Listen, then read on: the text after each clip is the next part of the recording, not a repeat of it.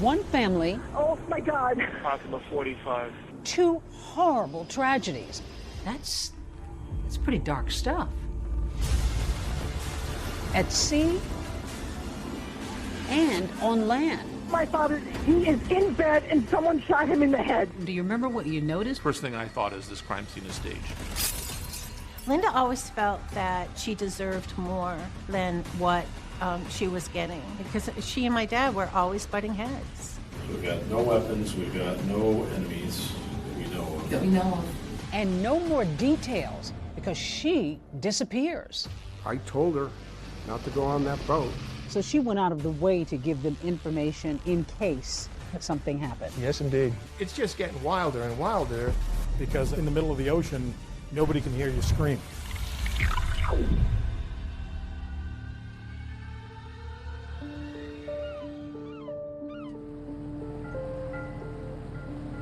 Every fisherman has a story about the one that got away.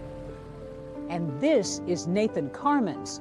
The 22-year-old was set to meet up with his mom, Linda, for a late-night fishing trip out here off the coast of Rhode Island. But for Linda, the trip was less about catching bass and more about bonding with her son. Fishing was one of the things that brought them together, and that was Linda really giving herself to the experience because Linda hated fishing. Linda didn't eat fish, but she thought this was the only thing that made Nathan happy, and she wanted to connect with her son in any way possible. That was a common occurrence. They used to go either weekly or sometimes bi-weekly.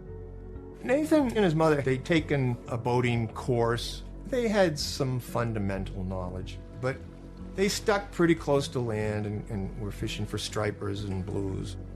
Nathan's experience was, I would characterize him as a recreational fisherman. Mom and son planned to cruise toward Block Island in this boat which Nathan recently bought, one that just passed inspection by the Coast Guard a month earlier. That's comforting to Linda, who has a better-to-be-safe-than-sorry approach when it comes to boating. So she begins to tell her friends about this fishing trip and shares information as to where they're going to be at specific times during that trip. Linda is so cautious, she even texts photos of the boat and its registration number to her friends so it can be easily spotted if the boat breaks down. You're relying on your engine, you're relying on electronics to get you there. On a starless night with calm seas, the two depart Ram Point Marina in Rhode Island at about 11 p.m. Linda texts her friends that the journey is underway. The boat is never seen or heard from again. One of my sisters had called me and said Linda and Nathan are missing.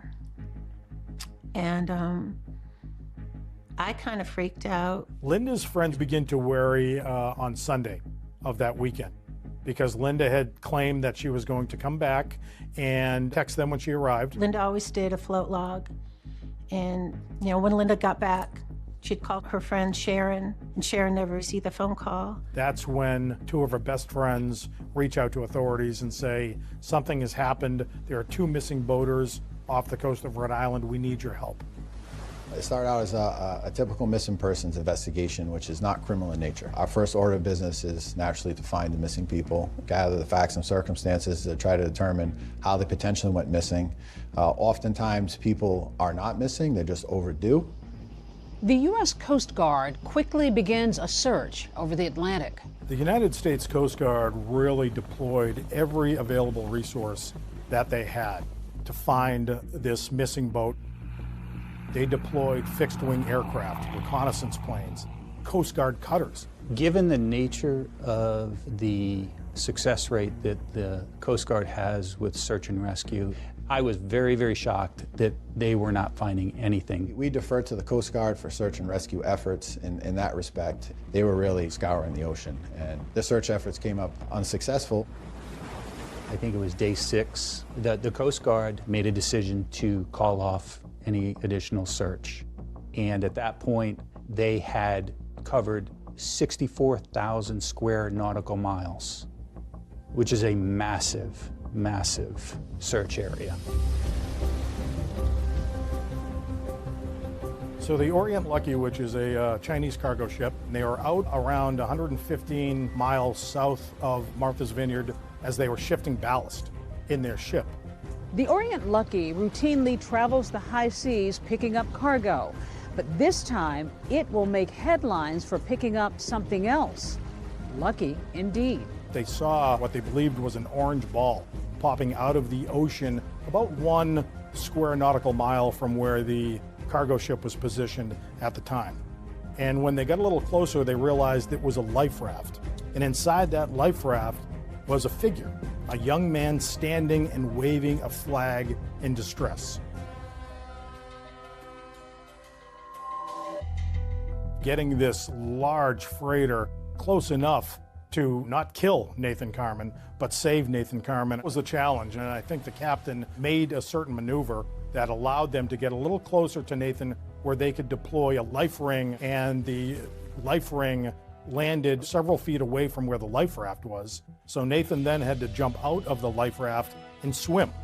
The stunned crew members document the rescue with a series of photos and videos.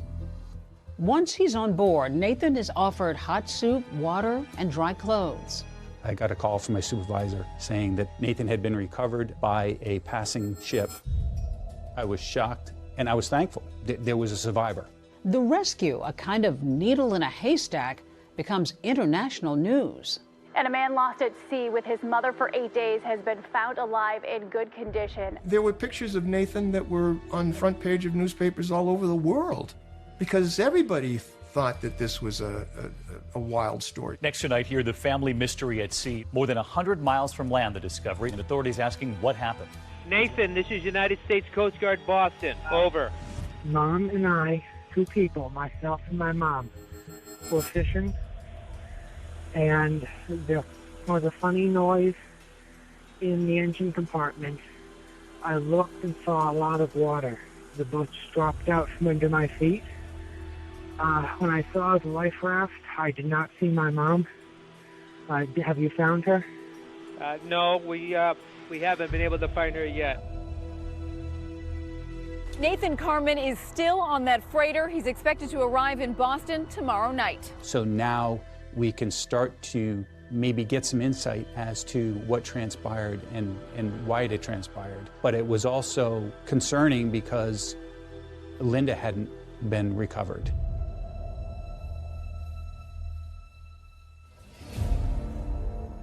Happy to be back on land, but exhausted by his ordeal, Nathan heads home and asks for privacy. I would just like to thank the public for their prayers and for their concern for both my mother and for myself. It's not the first time this family has dealt with drama and tragedy. Oh my God! Oh my God!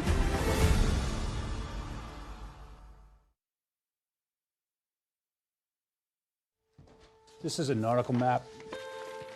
The area that Nathan departed from is right up here. His transit would have taken him down this body of water here. That is the point in which one of the individuals traveling inbound observed Nathan and Linda on the boat. And that was the last time that anyone saw the boat. In the days and weeks after his dramatic sea rescue, Nathan finds himself just as alone on land as he was at sea.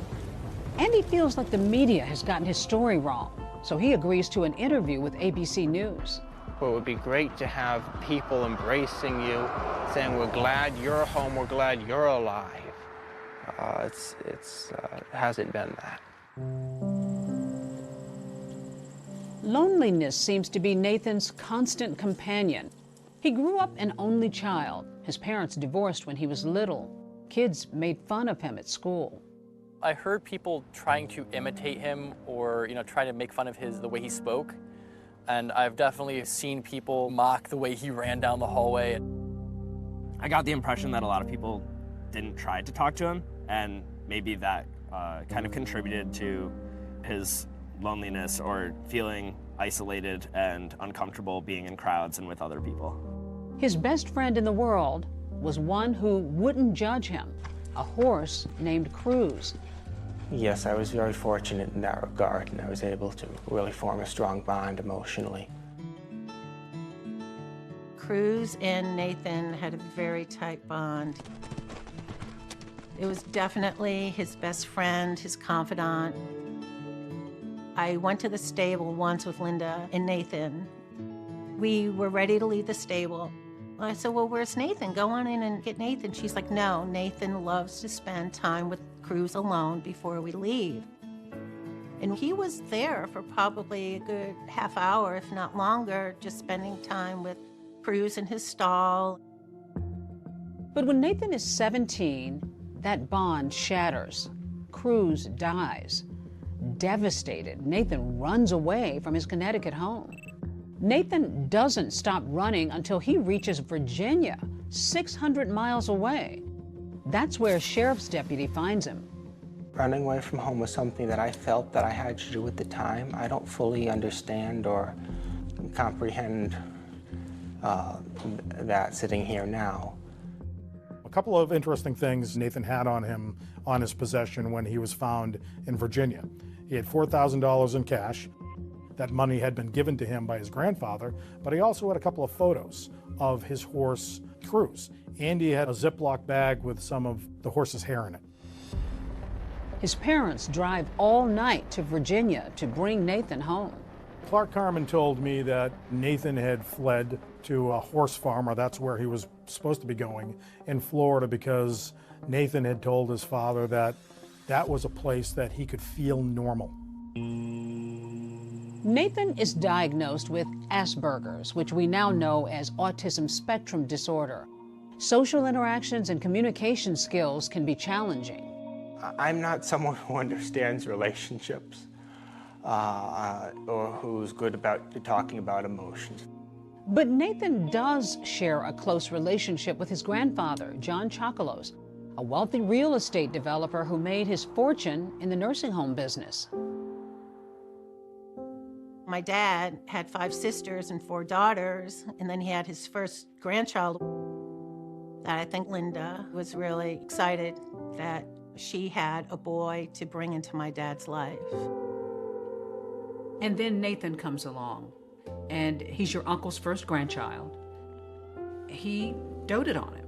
Right. How excited was he to have a grandson? I mean, there's not really even words for it. He had such great hopes for that kid.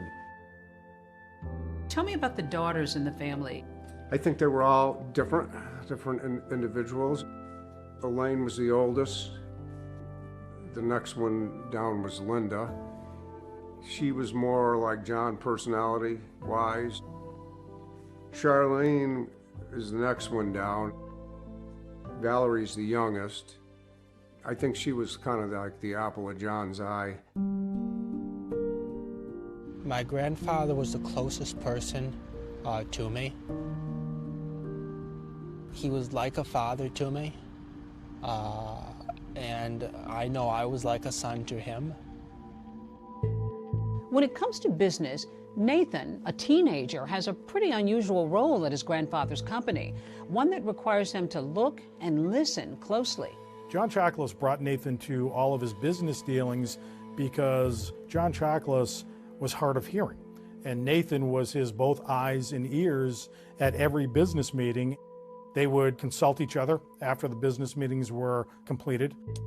So I think that, John Chocolos was grooming Nathan to take over the family business. I got the feeling that John had a very good relationship with him and was trying to cultivate that. Nathan was as introverted as John was extroverted, I think. What was his relationship like as Nathan is growing up? You said there weren't enough words. He kind of treated him the same way that he treated me when I was a kid. He couldn't do enough for him. The only problem with it is that John always looked at a problem. If there's a problem, if you throw enough money at it, it's going to solve it. John Chocolos doted on Nathan, gave him anything he wanted, whether it was a credit card or a new truck or a new apartment. There was nothing that Nathan needed because John was always there with his checkbook or his credit card to give Nathan anything he wanted. With a support system like his granddad, Nathan's future could be limitless until one phone call changes everything. Oh my God! Oh my God! The front door was locked! Oh my God! Possible 45. Oh my God! I don't even know what to do! I don't even know where to look!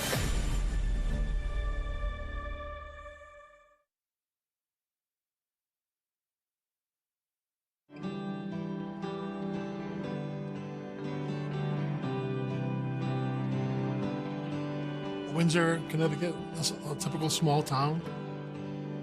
Pretty nice community. You know, not a lot of crime. Murders in Windsor are very rare. Not rare enough for the man living on Overlook Drive. John Chocolos was a self-made man here in Windsor, Connecticut, running his multi-million-dollar real estate business out of his modest home. That is until the morning of December 20th, 2013. Police arrive here after getting an urgent 911 call.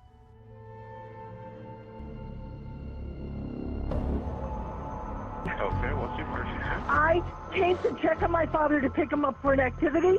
He is in bed and someone shot him in the head. Is he still alive? I don't think so. I walked into the bedroom and there's blood all over the back wall.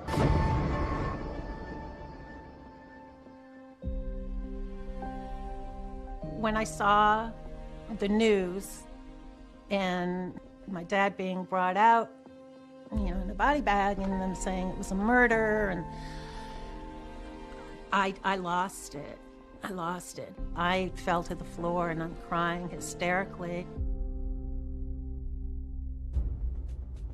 My name is Scott McGregor.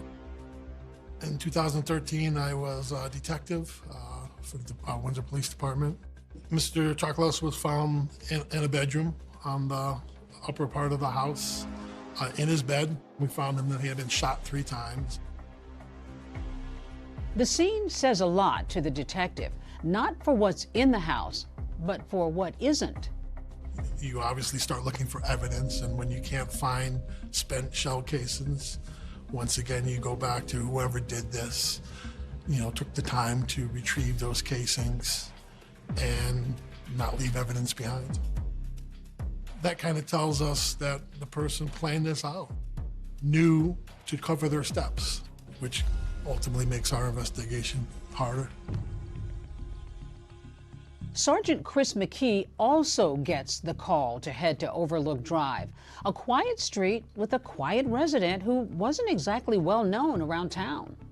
How did he fit into the community in terms of how he had accumulated his wealth? Was he kind of like a little local success story? I gotta say, he ran in his circles and his business circles. He wasn't known in Windsor, you know, and I was very active in community roles in the department, and like I said, I wasn't aware of him until this investigation. McKee walks into a bloody scene. You're looking around the room. Do you remember what you noticed? A little further down from Mr. Chocolos' bedroom, there was a glass door, or a door with glass panes that led into the backyard. The officer and I observed that there was broken glass. A break-in? Well, it looked like it was meant to be a break-in, but looking at it, it was very clear that the glass had been punched from the wrong side, and it was very suspicious. First thing I thought is this crime scene is staged. The recently widowed victim was known to keep cash in his house, but after the shots were fired, the gunman left. The money still there. Was there any sense that it had been ransacked or robbed? There had been large sums of money in the house and other valuables, and honestly, nothing appeared touched. It told me that this was personal. The devastated family speaks out on local news, hoping to catch a killer. My father, while he lived a small life, he was a very large man, and to know him, you could never forget him. Anyone could have done this. This person killed at least once that we know of. This person's gotten away with murder, and chances are it will happen again. When we start any murder investigation, we want to do a timeline. We want to start trying to find out who was with John. My father, my mother passed November 21st. my father for 2 weeks was staying with one of us, or Linda was staying at my father's house. Another curious thing about the home, it doesn't exactly look like a millionaire lives there. One of the victim's daughters explains why. My father has an elaborate estate. I mean, the man's worth at least $40 to $50 million. I mean, it's huge. You wouldn't know it going into the house. That's the only reason why I'm bringing up my father's financial worth. Is because looking at this house, you would not know that he has a 25,000 square foot house up in New Hampshire. You find out that this is a prominent businessman, a wealthy businessman. Yep. What does that say to you initially about this? Kind of starts to focus investigators in on, was this financially motivated? Did someone have, this gentleman had a lot of money, a lot of properties, did someone have something to gain financially from his death?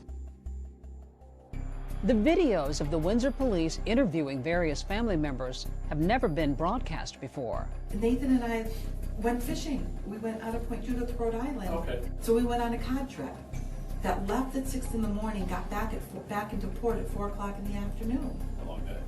We learned that John, the day before, the last person to see him was his grandson, Nathan Carmen. We learned that through talking to Nathan, talking to family. Hey Nathan, what's your last name? My last name is spelled C-A-R-M-A-N. We have to treat everyone as a possible suspect. Family, associates, people who worked in the office, neighbors, anything. Anyone could have done this. Investigators asked Nathan about employees at Chocolos's company, and the grandson mentions one who, he says, complains about being overworked and underpaid. Just that I'm underpaid, also the stress load. I have 101 things to do. I have to get all these papers in. Now you're asking me to do this and the other thing. So he would bitch and moan about that. The bookkeeper is, in fact, stealing from the Chocolos's company. So obviously he's someone we want to talk to. Nathan begins outlining his final evening with his grandfather to investigators. It begins with dinner. He was going to come here and eat that night with Nathan. That was the plan, and he wanted me to come too. Yeah. And, I said, look, you guys go do it. If I only knew what I knew, now. After their meal, Nathan and his grandfather return to the Windsor home. At some point, John Chocolos gets a phone call and puts it on speaker. I think that there's a real possibility that the person who called him may have been a mistress. I don't like saying that my grandfather was doing that, but I think there's that real possibility.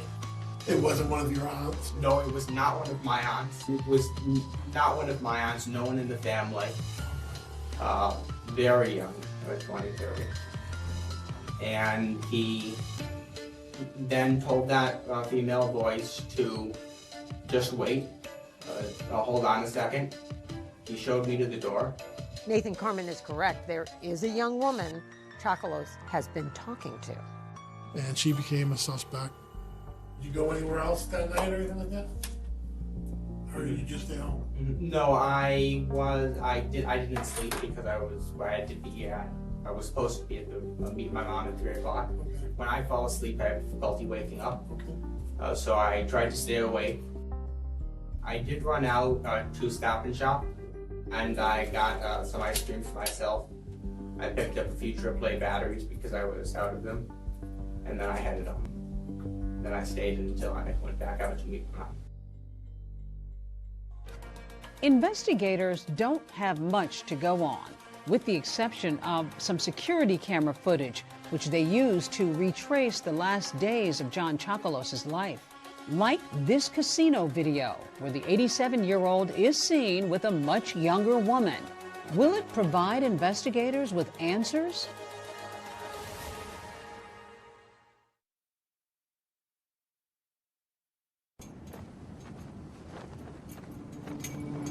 The Windsor Police Department may not know who killed John Chocolos yet, but they are beginning to understand who did not.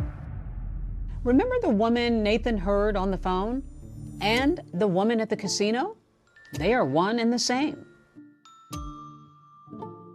So John Chocolos struck up a relationship with a 25-year-old woman. over the course of a year. She was an acquaintance of John who was going to the casino, staying overnight. The night of the homicide, she confirmed that she had talked to John, but she was kind of quickly dismissed as being involved. Investigators have also tracked down that bookkeeper Nathan mentioned. His name is William Sati, and he too is cleared. He had had an alibi that night and was confirmed. I think he was actually out of the state at the time. I think we found him in Rhode Island. While cleared as a suspect in the murder, Sati was later convicted of stealing some $400,000 from Chocolus' company. But that's small change compared to the money the patriarch was handing over to family members every year. One of the problem children was Linda. Linda was taking John's allowances and going off on spending sprees at casinos, or going skiing, or taking these lavish trips around the world. Linda always felt that she deserved more than what she was getting. I don't know why she felt that way. I don't know, because she and my dad were always butting heads. Father and daughter also butt heads over the way Nathan is being raised. The relationship between John and Linda was always volatile, but one day it turned violent. And that was over Nathan's care. Nathan was put into a psychiatric hospital shortly after his horse, Cruz, had died. And the accusations begin to fly. Linda accuses John of smothering her son with all sorts of riches, and John is yelling at Linda, saying that she is a bad mother and that Nathan is normal and that Nathan should be treated as such. And at one point, John reaches across the table and grabs Linda by the hair and starts to pull it. So Linda swings and she starts to fight back at her father. And it's a combustible moment that probably lasted a minute plus. And they're swinging at each other, they're fighting each other, and the orderlies are summoned as well as the local police, and Linda is arrested right on the spot. Linda chalks it up as two people cut from the same cloth. I don't back down for my father. Yeah. And that's just his personality not to back down. Yeah, sure. And it's not his personality to back down either. So if anyone would have fought with him, you know, it would have been me. Linda has spent many more years fighting to protect her son from those who might treat him unkindly. I know he let a... Dear mother. I did move out of our house, and when we were not on good terms, but I since started speaking to her again. Probably about a year ago. Did that concern you at all in terms of looking at him as a suspect, that maybe he might exhibit behavior that you wouldn't normally see, but he does have a disorder? That was a concern of many of us, is are the behaviors we're seeing, are the answers he's giving in that one interview that he did grant, are these more aligned with behaviors perhaps of someone who is on the autism spectrum? Or can we look at these for what we normally would kind of think, this is kind of sketchy, a little suspicious, we want to delve more into this. Was your grandpa involved during that time? Yes, my grandpa, he facilitated financially my ability to go off on. So for Linda, the recent fishing trips are a way of pulling her son back into her life. But now there's the murder of her father to deal with and lots of money at stake. Everybody is under the microscope. Do you own any weapons? No. Anybody else in the family own any weapons? No. Anybody have access to any weapons? Anybody that knows anybody that has weapons? Nothing at all. Okay. So we've got no weapons, we've got no enemies we know of. That we know of. Do you own any firearms? I do have an air gun. Okay. I'm not sure if that counts as a firearm, but... Is it the only? Yes, it is. But after speaking with a long line of friends, family, and business associates, investigators are about to realize they've been lied to.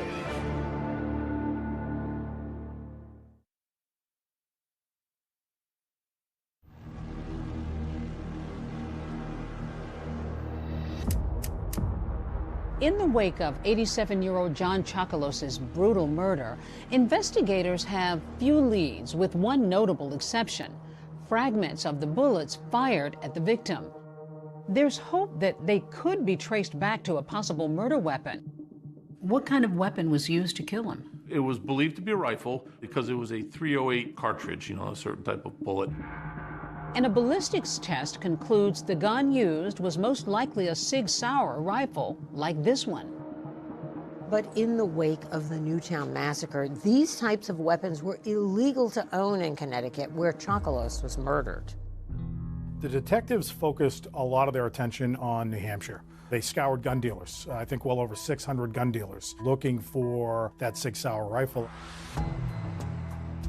Eventually, investigators make their way to a place called Shooter's Outpost and speak with salesman Jed Warner about recent purchases. He remembers an interaction with a customer just weeks earlier. He definitely stood out because he looked like he came off like a construction site. His pants were dirty. He was wearing like a pair of like dirty boots, like a construction feel about him. We started talking about rifles and targeting. He said, actually, I'm very interested in the Sig Sauer 716. It's an expensive rifle, retailing for almost $2,000. Jed says he suggested other options that were more economical for target shooting, but the buyer knows what he wants. We do all the paperwork, do the background, he passes. He just kind of walked straight out, and that was the last we saw of him. 2 officers from the Windsor area were there, and then a local, like a Connecticut ATF agent. We had to like go through all the stuff, try to figure out the day of sale. And there they find it, a bill of sale for a Sig Sauer rifle. The name of the purchaser, Nathan Carmen. And that became an incredible aha moment for investigators and potentially the smoking gun in this case. After the discovery at Shooter's Outpost, Nathan is asked again about owning any guns. And since, because I just wasn't feeling safe at home, I did buy a shotgun. You did buy a shotgun? That's correct. Any other purchases of a firearm anytime? No. And that wasn't ever volunteered or brought up till investigators found this out-of-state bill of sale and then confronted Nathan with it. And how did he respond? Well, he acknowledged that he had bought this weapon. When asked about it, he said he lost it, and he didn't know where the gun was. That had to be really a red flag for you all. It was. Most people don't lose those firearms or any firearm, but yeah, you don't normally hear, I don't know where it is. And there was no report of him, making a report that it was stolen, lost, etc. So what are you thinking at this point? You've been kind of connecting these dots. Well, it gets better. There was at least 1 hour of unaccounted time during which Mr. Chocolos was shot that Nathan couldn't account for his time. Linda arrives at this Home Depot parking lot at 3 a.m., where she and Nathan are set to meet up to go fishing. But Nathan is nowhere to be found. You left your house on about 3, and we know you got to Glastonbury, based on your own words, on about 4. Why would it take an hour to travel, and I'm guessing 20-something miles, at the rate of 65 miles an hour? It's just mathematically not possible. On or around 3. Okay. About 3. So perhaps after. But this security footage taken outside Nathan's apartment complex shows him leaving at 2:57 a.m. Linda tries calling her son 3 times, but his phone appears to be turned off. He finally calls her back at 4:01 a.m. Did you think you were closing in on an arrest? I thought so. Yes. I have to ask you straight up, were you involved in your grandfather's death? Did you kill him? Absolutely not. No. But that potential smoking gun, the Sig Sauer rifle, is still missing. Despite a months-long extensive search of Nathan's apartment, the Chocolos estate, and surrounding areas for that crucial piece of evidence, it's nowhere to be found. And I think that's exactly what they were pinning their entire case on, was that murder weapon. Had they found it and connected it to Nathan, then Nathan would have been in handcuffs. And so law enforcement was directed to keep working to try to build the case. This had to be frustrating. It just tears at you because, you know, you think you've got it. The family had put up a huge billboard on Interstate 91, you know, and coming and going to work every day, I would see that. I would see Mr. Chocolos's face. I would see, you know, reward money for information. Even though Nathan is under a cloud of suspicion, he's still a free man, but feels like he's an outcast in his own community now. So he takes a portion of his inheritance that had been given to him by his grandfather, and he leaves the state. He travels to Vermont, and he buys an historic farmhouse, and he also bought a boat. Nathan buys a 31-foot fishing boat, formerly called the Chicken Pox. He plans another fishing outing with his mom, Linda, who has stood by him throughout all the accusations. And Linda is very excited about that opportunity, but also very concerned because she knows that her son is not an experienced fisherman or an experienced boater. Linda tells friends that the plan was to fish off the coast of Block Island and head back the next morning. She was so concerned that she had a text message conversation with people ashore, and that's a smart thing to do, to let people know what your plans are. So she went out of the way to give them information in case something happened. Yes, indeed.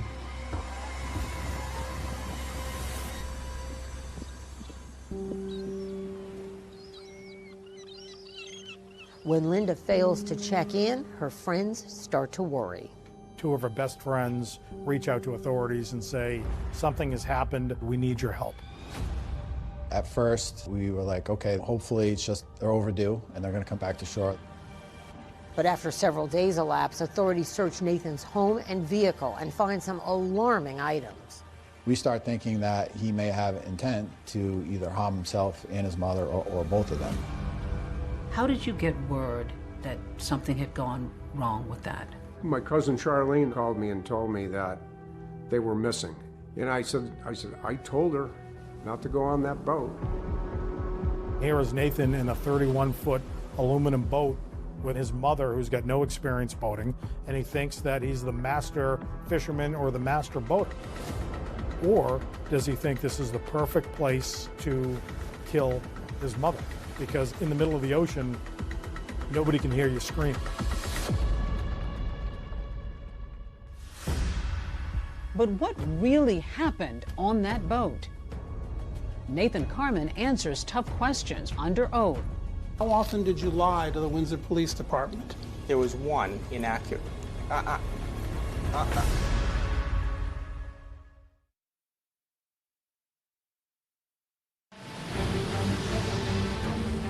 Staring out at that open water, probably wondering what happened to my mother, or thinking, did I just get away with murder? His mother is still missing and feared dead. And the question becomes, what happened? Everybody wants to know what happened. I didn't know if she had been dragged down with the ship. Neither of us had been wearing life vests. The media coverage was huge. I'm just asking you to defend yourself against these people who are saying that you did something to your boat that would make it sink. Yeah, we're done for this evening, period. He was shooting himself in the foot on national TV. It is absolutely unfair for the police to use the tragedy that happened to my mother and I as an opportunity to try to nail me for a murder that I didn't commit. Nathan's grandfather, John Chocolus, had been shot to death 3 years prior to the disappearance of Linda Carmen. And once those connections were made, the story amplified. You were convinced that Nathan had killed his grandfather. Correct. And now you're convinced that he killed his own mother?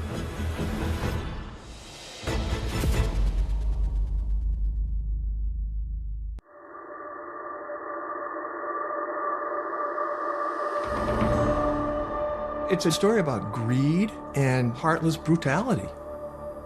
Mr. Chocolos was found in a bedroom on the upper part of the house, in his bed, shot several times in the head.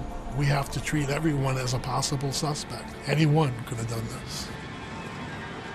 But my sisters had told me they suspected Nathan. And that just totally blew me out of the water. The daughters of John Chocolas got very angry that there was really nothing happening with the case. They couldn't find the murder weapon. They hadn't arrested Nathan Carmen. And it's just getting wilder and wilder. Could a family be this burdened to have a second catastrophic event? I didn't know. This is slowly starting to move from a missing persons case to something other than a missing persons case. It's been 3 years since John Chocolas' murder, with no charges ever filed. Now, the family is facing yet another tragedy as Chocolas' grandson, Nathan Carmen's boat sinks on a fishing trip, with Nathan's mom, Linda, missing and presumed drowned. We're going to head out on a ride on the open water to get a better idea of what happened out here. I met up with Dave Farrell, a maritime lawyer for Nathan's boat insurers.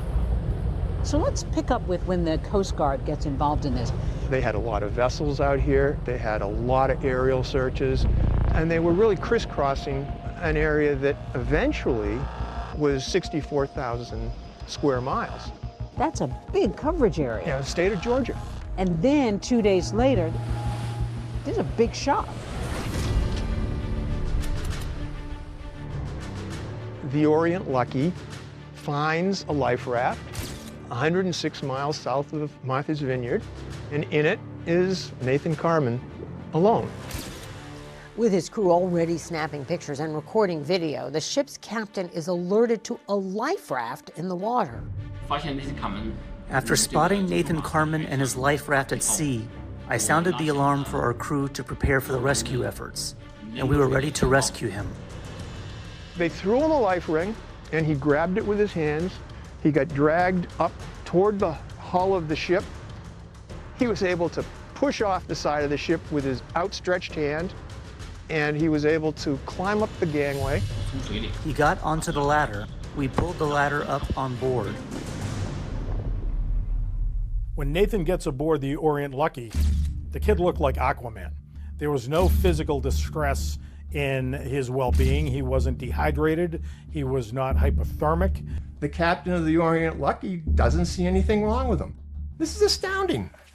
I got the call from my supervisor that he'd been located and recovered. I was shocked, and I was thankful. I was happy that there was a survivor, but it was also concerning because Linda hadn't been recovered.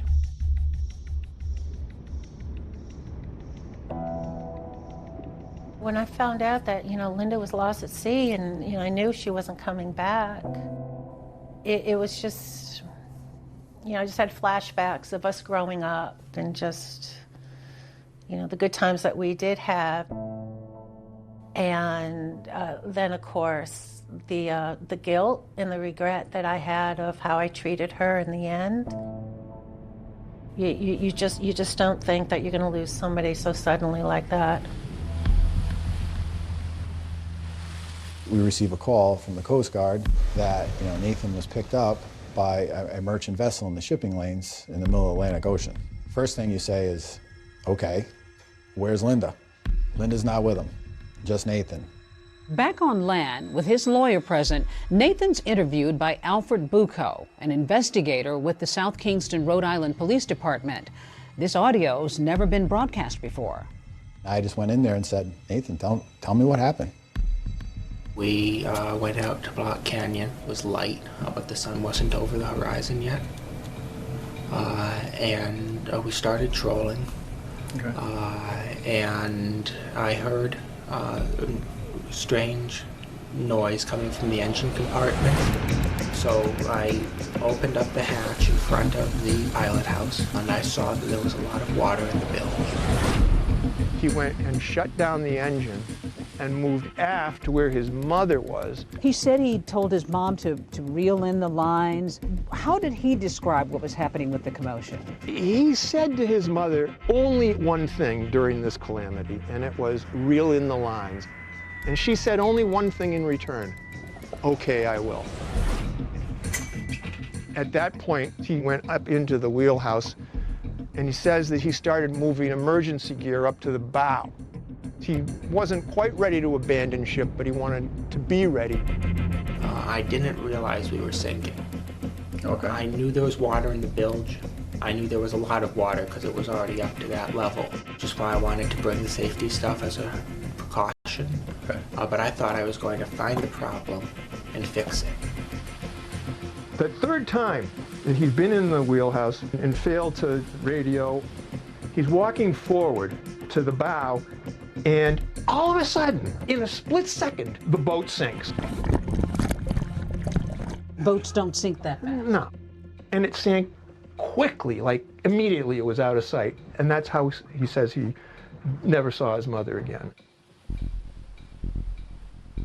He calls for his mother throughout the rest of the day, and he said upon nightfall, you know, he gave up trying to search for her, and he went to sleep and then drifted through the Atlantic Ocean until he was located. So let's get back to your mother. You talk to her, you know, all the time. You know, you go out fishing twice a week. How would you describe, you know, your relationship with her? Is it good? I don't see the relevance to this particular incident here. Yeah, I concur. I think this interview is over. Thank you, though. After the interview is over, from our perspective, we're like, okay, this isn't just a missing persons investigation. We may be dealing with maybe a homicide. Captain Hengdong observed Nathan walking the deck of the Orient Lucky for hours at a time by himself, staring out at that open water, probably wondering what happened to my mother, or thinking, did I just get away with murder? And soon, the whole world will hear from Nathan Carman in his own words. She'd always been kind of reluctant about safety. I guess she had good reason to be.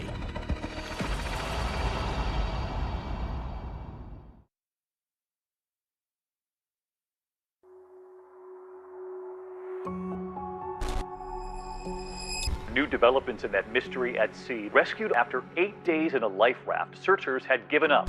Nathan Carman and his mother went fishing last week. He survived the ordeal, but his mother didn't make it. Now authorities are trying to figure out what happened. The media coverage was huge. This was a story that made headlines around the country. Initially, Nathan avoids the media, but eventually agrees to an interview with then ABC News correspondent Lindsay Janis in 2017. At his suggestion, they meet at a park near his home. So take me through that evening. You met at the marina in Rhode Island, and then what? We met at the marina in Rhode Island, and we had bait, which we got on board. And as we were heading out into the harbor, I had asked her a couple times in the past, will you go to the canyons with me? And she'd always been kind of reluctant about safety, and I guess she had good reason to be. While Nathan and Linda were still missing and the Coast Guard scouring the Atlantic, investigators back on land began searching through their vehicles here at this marina, looking for clues that might help in the search. It looked like he had been somewhat almost living out of his truck or sleeping in his truck. We found some receipts from different marine stores. Items purchased at area marinas in the hours before the fateful voyage included a rock-type anchor that would never have worked for Nathan's boat, and then some lengths of chain. They were curious purchases. But there was also a bucket of eels that was in Nathan's truck. That stood out to me because eels are often used as bait when fishing for striped bass. And if you left the dock and didn't take your bait, what are you using for bait if you're going fishing? Nathan tells us the same story he told police, that his mom had been concerned about safety ahead of the boat trip. And I want to stress that it wasn't an argument, because I want to stress that it was not an argument. She had always been kind of skittish. We're stopping right here with that question. Oh, okay. But why not reach out for help? The Coast Guard said there was no Mayday call. I had a radio, and there was also an EPIRB, which is an emergency position indicating radio beacon, on the boat, like someone needs to be medevaced, or when you know you're sinking. But I didn't know that we were sinking until we sank. Nathan said that there was a lot of commotion going on and the water was being taken on in here. So where would his mom have been when all of this is happening? Right where you are. So she would have been right back in this area? Yes. But they're not speaking? I mean, and she doesn't know that they're going down? Nathan has excellent line of sight on her the whole time, and yet he says he never saw her afterwards. At that point, I didn't know if she had been dragged down with the ship, because neither of us had been wearing life vests. I assumed that if she had been on the surface, that she would have been calling out to me and I would have been able to find her. According to Nathan, days go by and he huddles on the life raft, keeping a lookout for rescuers. I was looking out at the horizon for other ships or for helicopters when conditions were good. When the waves were high, because they got to like 13 feet and they were breaking waves at a few points, a few days. It must have been terrifying. Yes. But to some, Nathan's claim of drifting for over a week in rough seas before being rescued defies belief. The initial videos showing this guy walking up the gangway of the ship without any great problem. He seemed to be just fine. You would be in dire straits after, 5 or 6 days. If you laid on that couch for 8 days and you got up to go to the bathroom, your legs would be wobbly because you haven't used them. At the same time that Nathan and Linda's vehicles were searched at the docks, police in Vermont were conducting a search of Nathan's house, which was under construction. The investigators find, modems, SIM cards, a few other things. The one thing they don't find is a computer. Whatever computer he was using to conduct his online purchases has disappeared. Another item that was seized during the search was a lengthy letter that Nathan had written to an unknown priest that described his relationship and his view of his mother. My mother's bullying, calling me a quitter, a stuck-up snob who thinks he is a king, and a piece of basically characterized my childhood. One night, though, I went to bed imagining myself as essentially a master of my own hell, joying in inflicting grave bodily suffering on other people. So, yeah.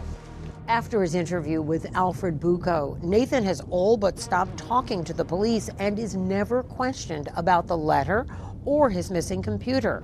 Reporter Lindsay Janis is one of the few people he is willing to talk to. I know I wasn't responsible for anything that resulted from the boat sinking. I know I wasn't responsible for my mom's death. You were convinced that Nathan had killed his grandfather. Correct. And now you're convinced that he killed his own mother? Yes. That's pretty dark stuff. If the interview hadn't already made Nathan's story seem a little fishy, the follow-up was even more eye-opening. I did not cause my mother's death. We're done here this evening. If you have nothing to hide, there shouldn't be a problem answering the questions.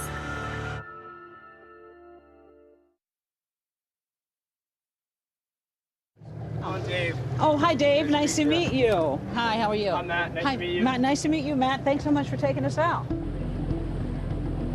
Initially, when everybody else was scratching their heads and wondering, wow, this poor guy, what happened to his mom? For the average person out there who's looking at this and taking it at face value, folks who know the water, like you do, had your doubts. Absolutely. People had doubts about this story from the beginning. With Linda Carmen presumed lost at sea, her reportedly tumultuous relationship with her son Nathan was under renewed scrutiny. He sits down with 2020 for a second interview, which now holds new significance. If someone said that you did not get along with your mother, that you did not like her, is there any truth to that at all? No, there's not any truth to that. Our relationship had grown from where it had been.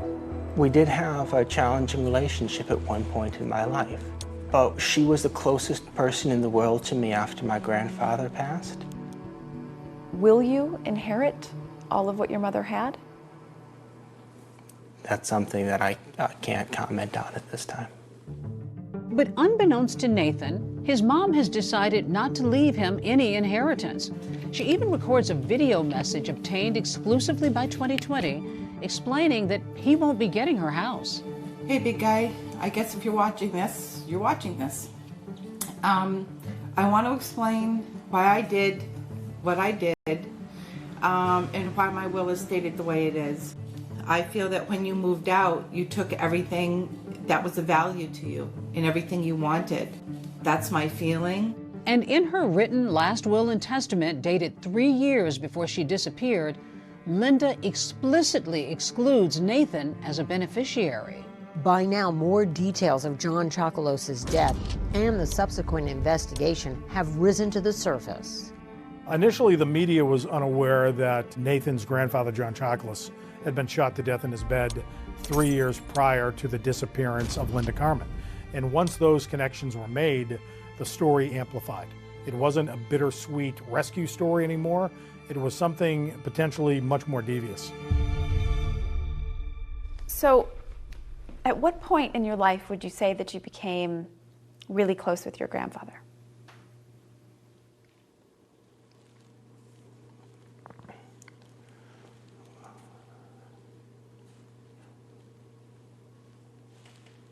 Here's where I have a bit of an issue. My understanding was we were going to be sitting down and we were going to be talking about yeah, the raft is my survival next at bit, sea. but we did explain that we need to hear about your whole life leading up to this That's incident. something How can people know who Nathan is if we don't tell them? What was your relationship like with your grandfather? I'm not talking about my relationship with my grandfather or with. If you want to ask me any more questions on that line, we're done here. Can you tell me more about what your grandfather did? He was a big figure in this part of the country. That's not what this interview is about. He gets really defensive if people pry a little bit too much. And the way that he shut her off on so many questions and wouldn't cooperate, he was shooting himself in the foot on national TV. Since we spoke a week ago, there's been a lot of speculation. People are suspicious of you. What do you want to say to those people who are saying something about his story that just isn't adding up?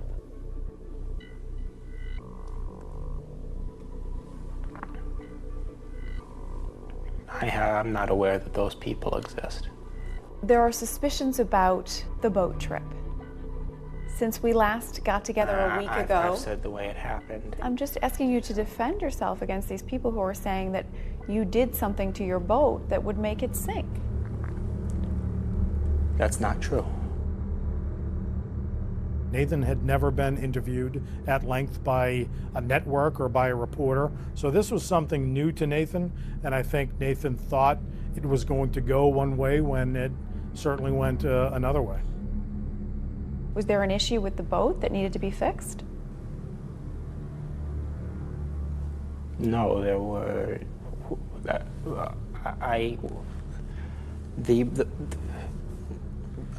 We're done. Nathan, I'm trying to give you an opportunity to speak out against these allegations that have been made. The only way that I can speak out against them is to say what actually happened, and that's what I've been trying to do. Another thing that's happened since we last got together, police searched your mom's home. Yeah, Did you know anything about that? We're done for this evening period. We're done here. We're not trying to make you uncomfortable. We're trying to give you an opportunity to answer some of these allegations. We're done here this evening.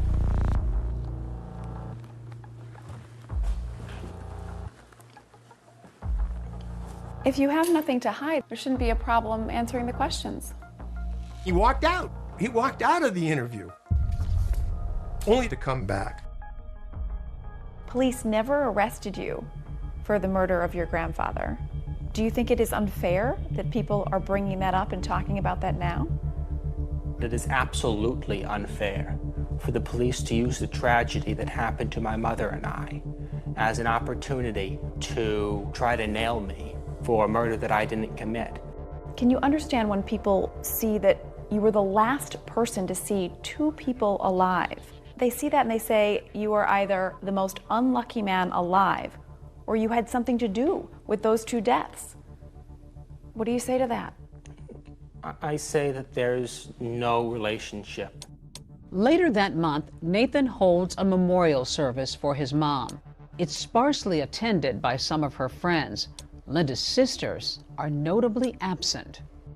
Now, Linda hasn't even been declared dead yet. Nobody in his family is willing to go because many of us in his family believe that Nathan is truly the culprit. I'm very grateful to the friends and family who attended in memory of my mom. Nathan, you've been through so much. How have you been these last several weeks? It's been very difficult.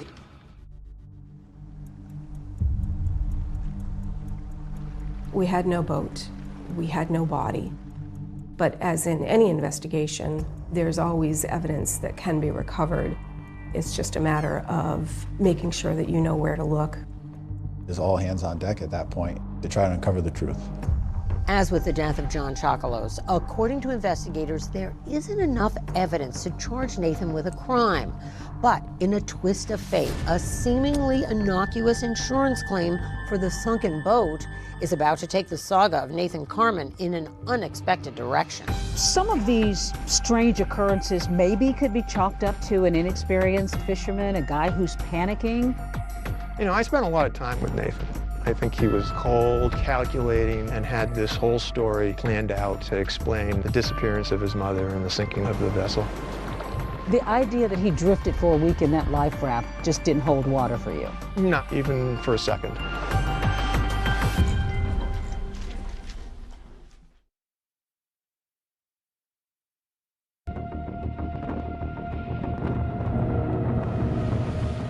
The Nathan Carman case was incredibly explosive. A young man is plucked out of the ocean. That just conjures up all of these images of, say, Tom Hanks in Castaway. Author Casey Sherman has spent the last 2.5 years researching the case for his new book, Blood in the Water. The story is so complex and it has so many layers to it. Not only do you have one potential murder, but it's the story about a family and how wealth can corrupt. As investigators continue digging into Nathan Carman's story of being lost at sea, he takes action, filing an insurance claim for $85,000 to recoup the loss of his boat, the chickenpox. It happened very promptly, and that indicated to me that this guy's really serious. The insurance company is not going to pay Nathan. In fact, they are going to take Nathan to court. Nathan also didn't back down. We filed our suit to deny insurance coverage. We were in for a fight. We came away with the distinct impression that almost everything he said to us was a lie. There were holes in every aspect of his story.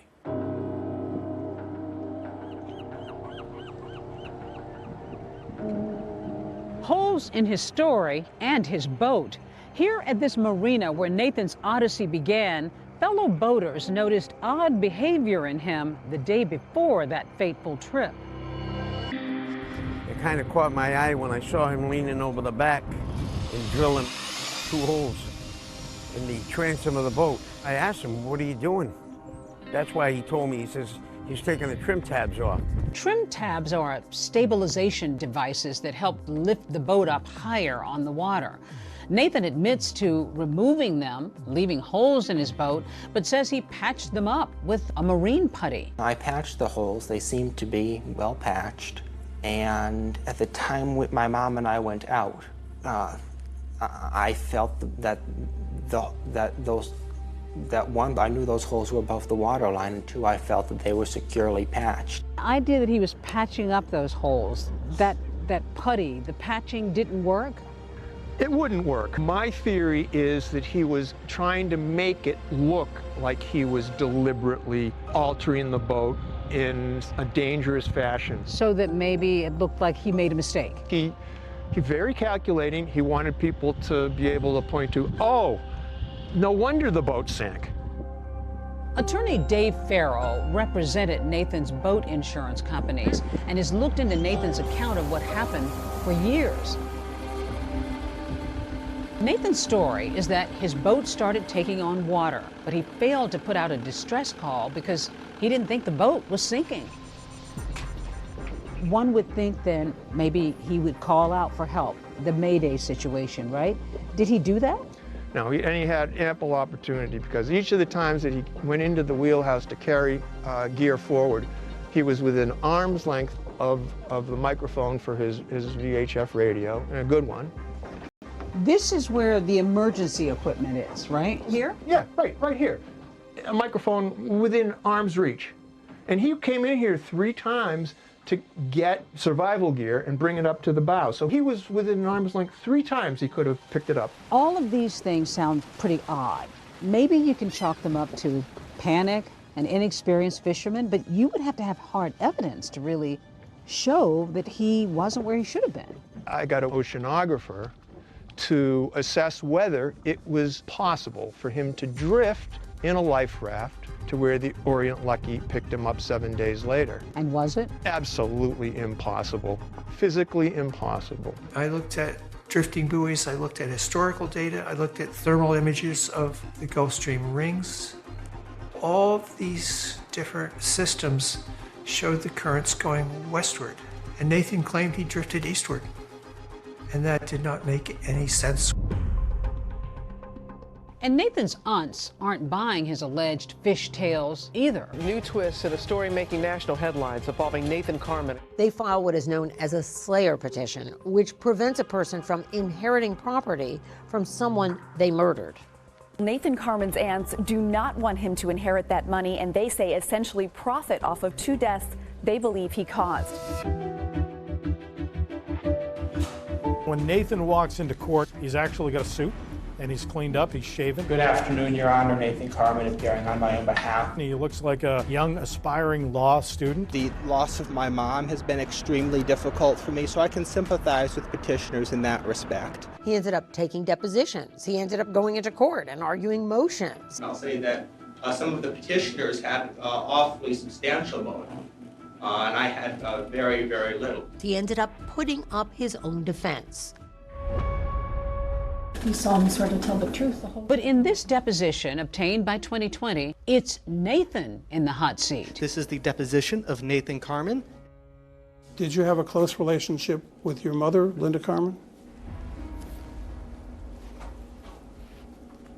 I would say that I did, yes. When asked to respond to claims that he lied to police during their interviews with him in 2013, Nathan clams up. How often did you lie to the Windsor Police Department?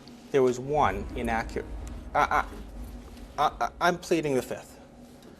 Pleading the 5th as to lying to the Windsor Police Department after your grandfather is dead. That's Is what that he correct? said. Okay.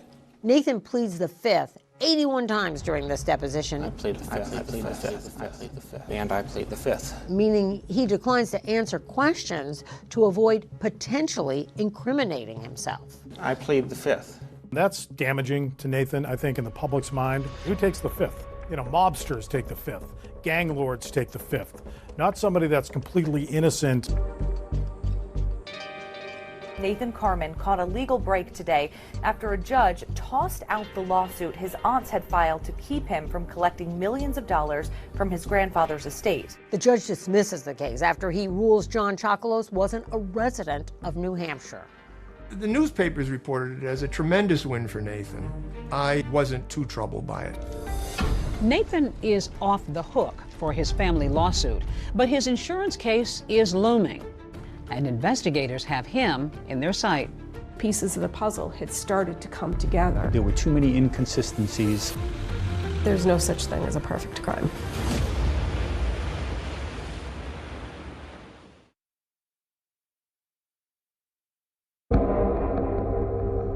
Nathan Carmen and his insurer head to court in Providence, Rhode Island, battling it out in what would be Nathan's biggest legal challenge yet. Was Nathan at fault for the sinking of his boat, or was he owed a payday? Nathan Carmen and his lawyer saying absolutely nothing, heading to Providence Federal Court this morning for the first day of the civil trial against Carmen. He's got everything to lose here. If the court determines that he is negligent in his mother's death, that can open up the potential for criminal charges. Nathan at times was very agitated during the trial, but he was also very active, always leaning over and having conversations with his attorney. He was right in the thick of things. He takes the stand, sticking to his story of what happened on that boat. What was he like on the stand? He is very articulate when he wants to be, very exacting, but also very evasive. Nathan had no emotion when he testified. That may be because he is on the autism spectrum. And he talked about his mother in a way that she was more of a nuisance than she was a help to him while that boat was going down.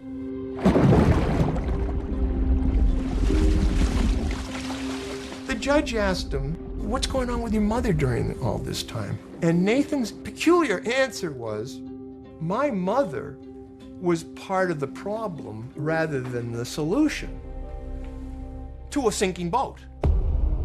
With the case now in the judge's hands, Nathan talks to the media outside the courthouse. This isn't about money.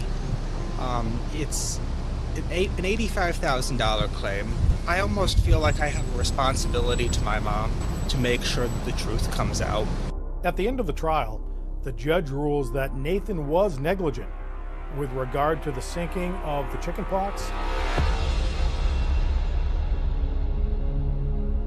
That was a small victory for me because at least a little bit of justice was prevailing through it all. The civil case acted as the de facto criminal case. FBI investigators, Coast Guard investigators, attorneys, prosecutors, they all had front row seats. Now it transitioned to its house in Vermont. Pieces of the puzzle had started to come together and had started to paint a picture for us that this was in fact a criminal act. There were too many inconsistencies. There were too many things that just didn't add up. It became very, very clear that Nathan had committed a crime on the high seas. We don't have a body, we don't have a boat, so it's a very, very difficult case to try to prove. The grand jurors have to decide, is there enough evidence to proceed and indict? It took several years, but Nathan Carmen is now charged with killing his mother. Nathan agrees to meet with investigators, but has no clue what's about to happen. Nathan was surprised when he was advised that he was under arrest for the murder of Linda Carmen. It was like something out of the golden age of piracy. Nathan was charged with murder on the high seas. According to an indictment, Carmen devised a scheme to defraud his grandfather's estate and to obtain money from the trust, and the murders were part of this scheme. However, the indictment doesn't charge Nathan with the murder of John Chocolos. Medical records, school records. Nathan hires defense attorney Marty Manella. Marty Manella is a long-time, very bulldogged litigator, and when he met Nathan, he not only found a client, but he found a son. He had literally no support. That was probably the hardest thing that Nathan had to endure, the fact that he had no one. But he had us. He really had us. And I had never, in 50 years of practicing law, had that kind of relationship with a client. Never. As he's escorted into federal court for arraignment, cameras catch Nathan defiantly proclaiming his innocence. Not guilty. Before pleading not guilty to the court as well. During Nathan's detention hearing, his aunts read a letter to the judge saying that if you let him go, they would be in fear for their life. I was very relieved that Nathan was going to be put behind bars. If Nathan was not arrested and not contained, I really think he would have gone on a murder spree. For years, Nathan had lived in solitude in Vermont. He had never threatened anyone. So to me, it was unusual that they were in fear of what? The court sides with his aunts and denies Nathan's bail, setting a trial date for October 2nd, 2023. Marty and his team get to work. It was a huge undertaking, and it was a daily, 7-day-a-week thing. It really became part of our lives. Nathan was incredibly active in his defense. Every waking hour when he wasn't in his jail cell, he was at the prison library, poring over legal books. This case was his whole life. He wanted his day in court. He wanted to clear his name.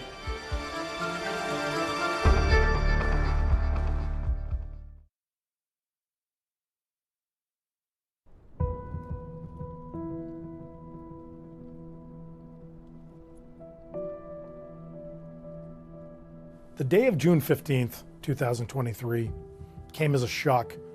They were just a few months away from trial. We've learned Nathan Carmen has died while awaiting a trial for his mother's death. I got a call in the morning. Nathan was gone, and he hung himself. And I just cried. Nathan took his own life. He wasn't depressed. He wasn't despondent. We were all looking forward to that October date so that we could have this trial. Despite all the family court battles and accusations, Nathan's aunts come to pay their respects at his funeral. I attended Nathan's funeral. Myself and my sisters were there. I was very sad. Nathan's attorney paid for the funeral, paid for his cremation, and then gave his eulogy.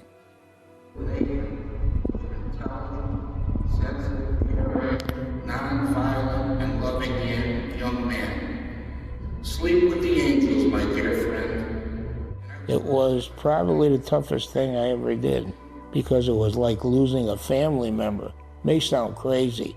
You lose cases, you lose clients, but you don't have that kind of contact that we had with this person. I think he is both a victim and a villain in his own story. Nathan Carmen remains an enigma. The criminal charges against Nathan were dismissed. So in the eyes of the law, Nathan is an innocent man still today. Months after Nathan Carmen's funeral, a Connecticut judge officially declares his mom, Linda, deceased 7 years after she disappeared at sea. The Windsor Police Department tells 2020 that John Chocolos's murder case is still active. That's our program for tonight. Thanks for watching. I'm Deborah Roberts. And I'm David Muir from all of us here at 2020 and ABC News. Good night.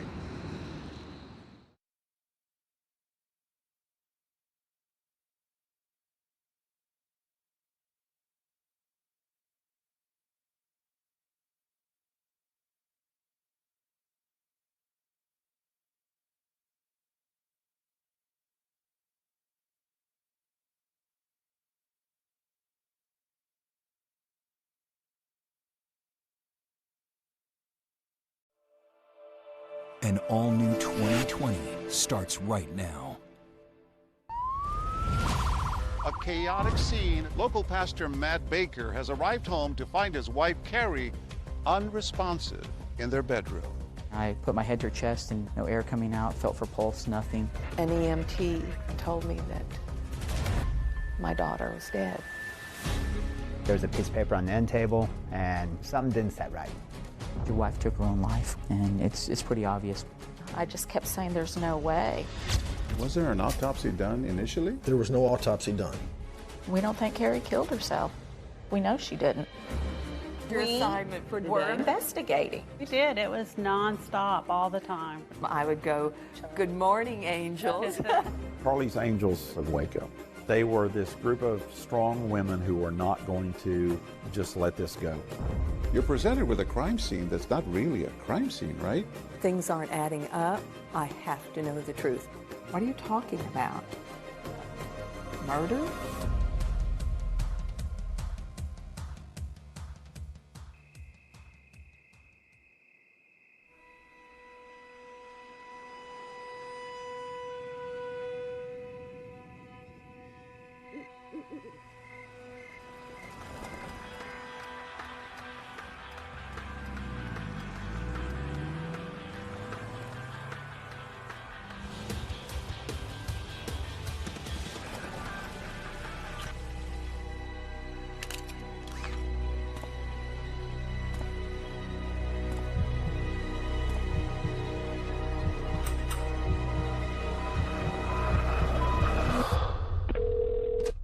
what's your emergency?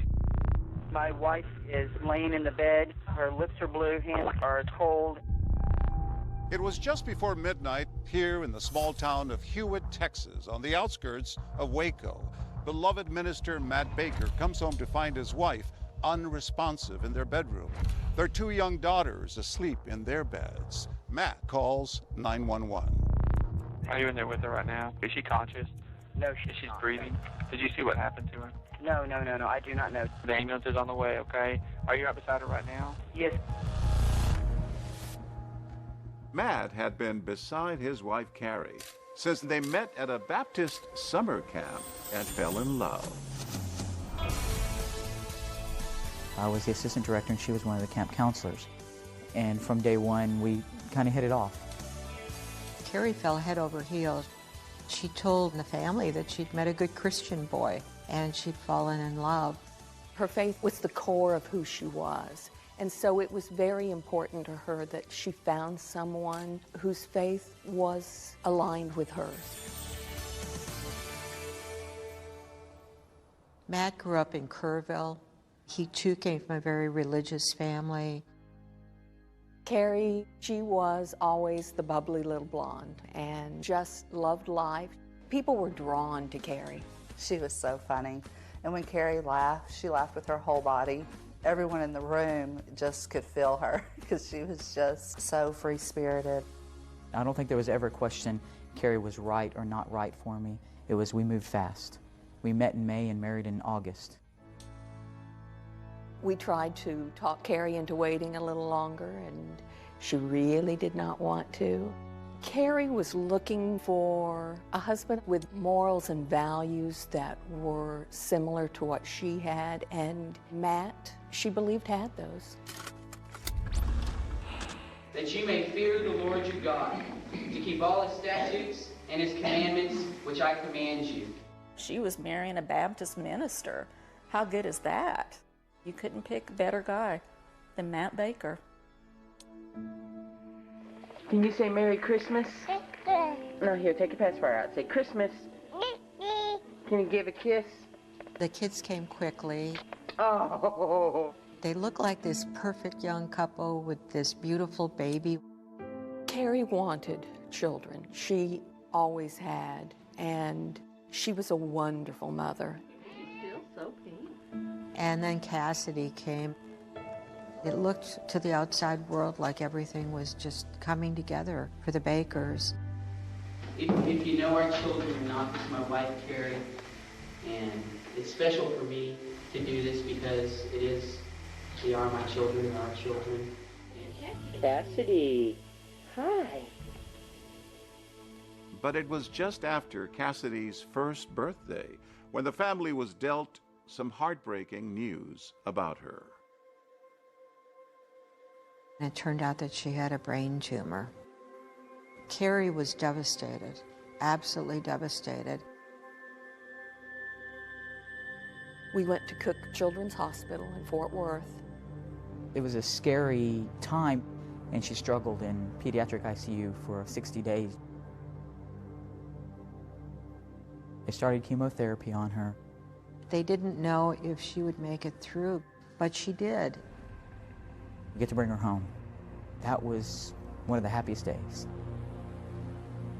She needed a lot of care when she came home, but she was expected to recover. The Academy Awards were playing that night, and I remember staying up watching that. I went in and checked on Cassidy, and she was fine. I gave her a kiss and said a prayer, checked on their older sister, kissed her, said a prayer, and went to bed. A little while later, he got back up and went and checked on her a second time. This time he started screaming. Carrie jumped up, ran into the room, found Cassidy, and she wasn't breathing at all. I yell at my wife as I'm taking her out of the bed, and I put her on the floor and I begin CPR. She calls 911. They brought Cassidy to the hospital, but they weren't able to save her. Cassidy died.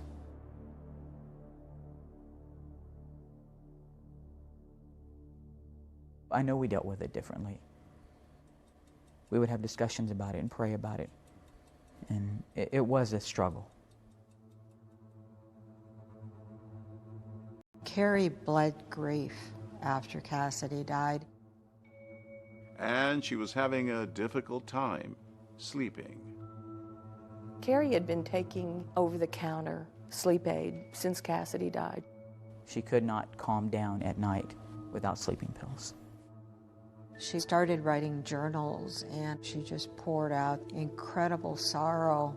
She thought she saw Cassidy wherever she went. It was horrible. What helped Carrie, in addition to her faith and her family, was she saw a grief counselor for a year. She talked and talked things through. The death of a child always puts a terrible strain on a marriage. Carrie really fought to keep that marriage together. She loved Matt. She wanted it to work out. I just told Carrie that men and women often grieve in different ways. In time, the Bakers and their daughter tried to move ahead with their lives. It was a year and a half after Cassidy's death. Carrie found out that she was pregnant. Carrie said that the baby was coming by the grace of God. There was definitely a fear in my wife that I had not seen before. A fear of what if. I lost one, what if we lose another one? I can't handle that. She loved her girls, and she was so strong for them. Cassidy's life was cut short, but she had them. The four of them looked like this perfect little family. You would think, oh, look, they just have it all. EMS, what's your emergency? Almost exactly 7 years after the death of her daughter Cassidy, Carrie is now seemingly lifeless on their bedroom floor while her husband works to save her. Do compressions first, okay? Just keep doing compressions.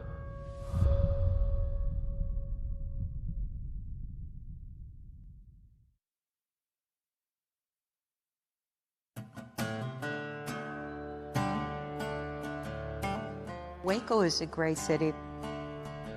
It's very religious. You can't walk a block without seeing a church. It's small enough that most people are just a degree or two away from knowing everybody else. Hewitt, Texas is a suburb of Waco. Back then, maybe 12,000 people. They have their own city, government, police. And when Carrie and Matt moved in, they quickly became part of the community.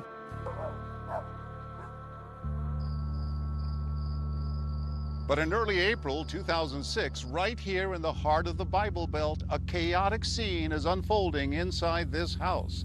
Local pastor Matt Baker has arrived home to find his wife Carrie unresponsive in their bedroom. And what's the problem? Tell me exactly what happened. My wife is laying in the bed, and her lips are blue, hands are cold. Is she conscious? No, she's not. Breathing? No, she's not breathing at all, no pulse or anything. I put my head to her chest and didn't see or feel her chest rising, no air coming out, felt for pulse, nothing. Okay, listen carefully. I need you to get her laying flat on her back on the ground and remove any pillows, okay? Okay, put her on the floor. Correct. She's on the bed now. Put her on. All right, she needs to be on the floor, yes, sir. Okay. The 911 operator tells Matt to do CPR, to put Carrie on the floor and start CPR. Do that and tell me when you're done. Okay, hold on. Hey, hold on. Oh, my. Okay, hold on. I did not want the EMTs to come in and see her naked. And so I put her clothes on her, for her. And as I'm taking her off the bed, fluid comes out of her mouth onto the floor, and it smells of alcohol. You're going to push down firmly 2 inches with only your lower hand touching her chest. You're going to do it fast and hard 400 times. 400? 400 times is the latest we've been instructed to do, okay? 400. Twice per second. Rest it off? After the 400. You're going 400 to, correct. It's going to be about twice per second. It'll take you about 3.5 minutes to do it, okay? So start right now. I'll tell you when to stop. All right. While on the phone, Matt asks the 911 operator to call Carrie's parents because he says his daughters are also in the house. I need to get a hold of her parents. They live in town, and I want them to come over and be with the kids. Get somebody else started on this, okay? Thank you. We received a phone call from the 911 operator telling us that we needed to get over to my daughter's house, that there had been an accident. We needed to get over there immediately.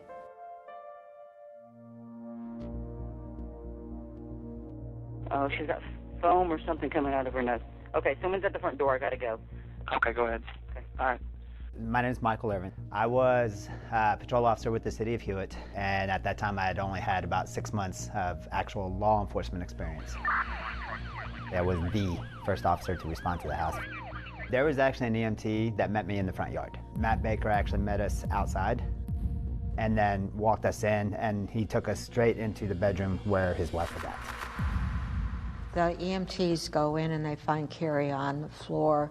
She's wearing a t-shirt and a pair of underpants. And they come in and I step away and let them start working.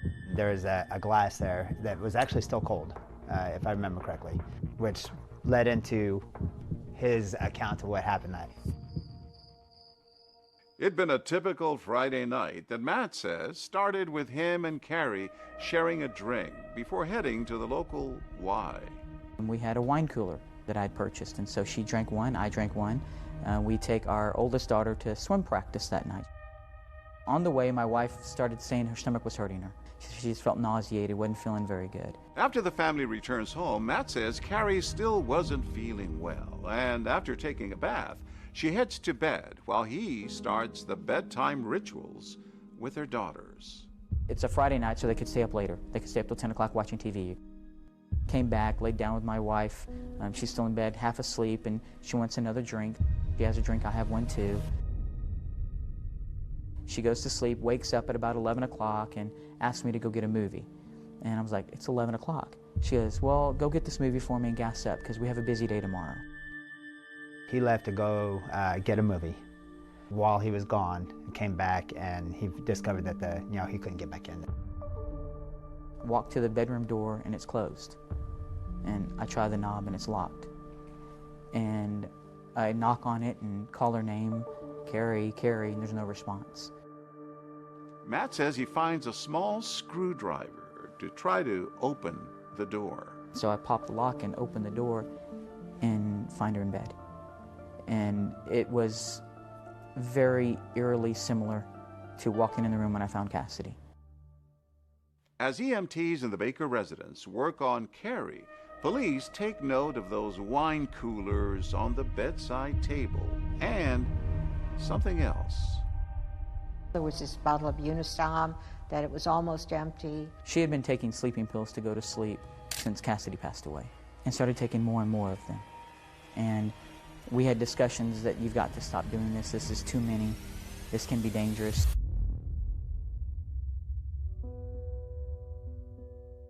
We ran out of the car, and as I started running up to the front of the house, an EMT person stood in front of me and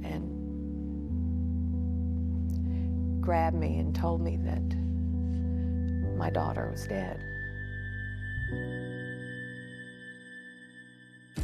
I just kept saying, there's no way. There was a piece of paper on the end table, and something didn't set right. For me, it all pointed back to that note.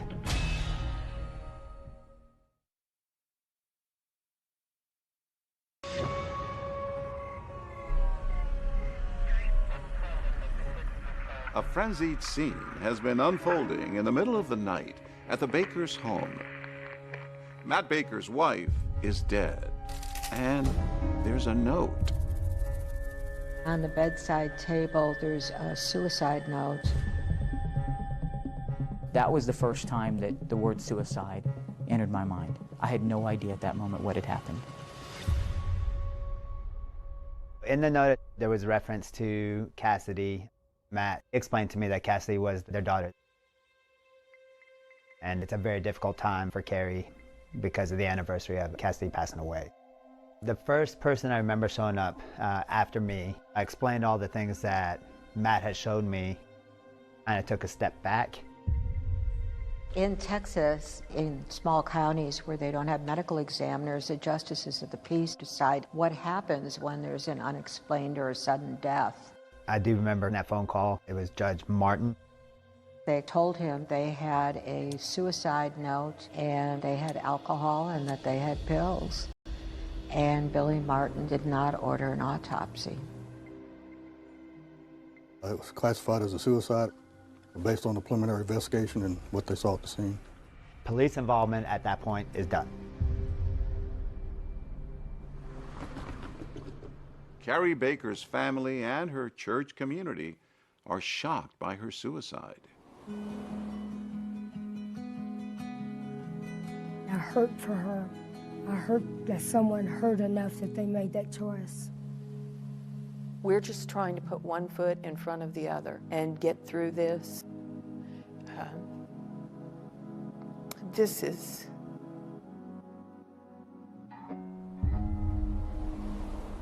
Less than 1 week after Carrie's funeral, Pastor Matt Baker is back at the pulpit here at Crossroads Baptist delivering the Easter sermon. He tells his congregation that just like Jesus, Carrie has risen up to heaven.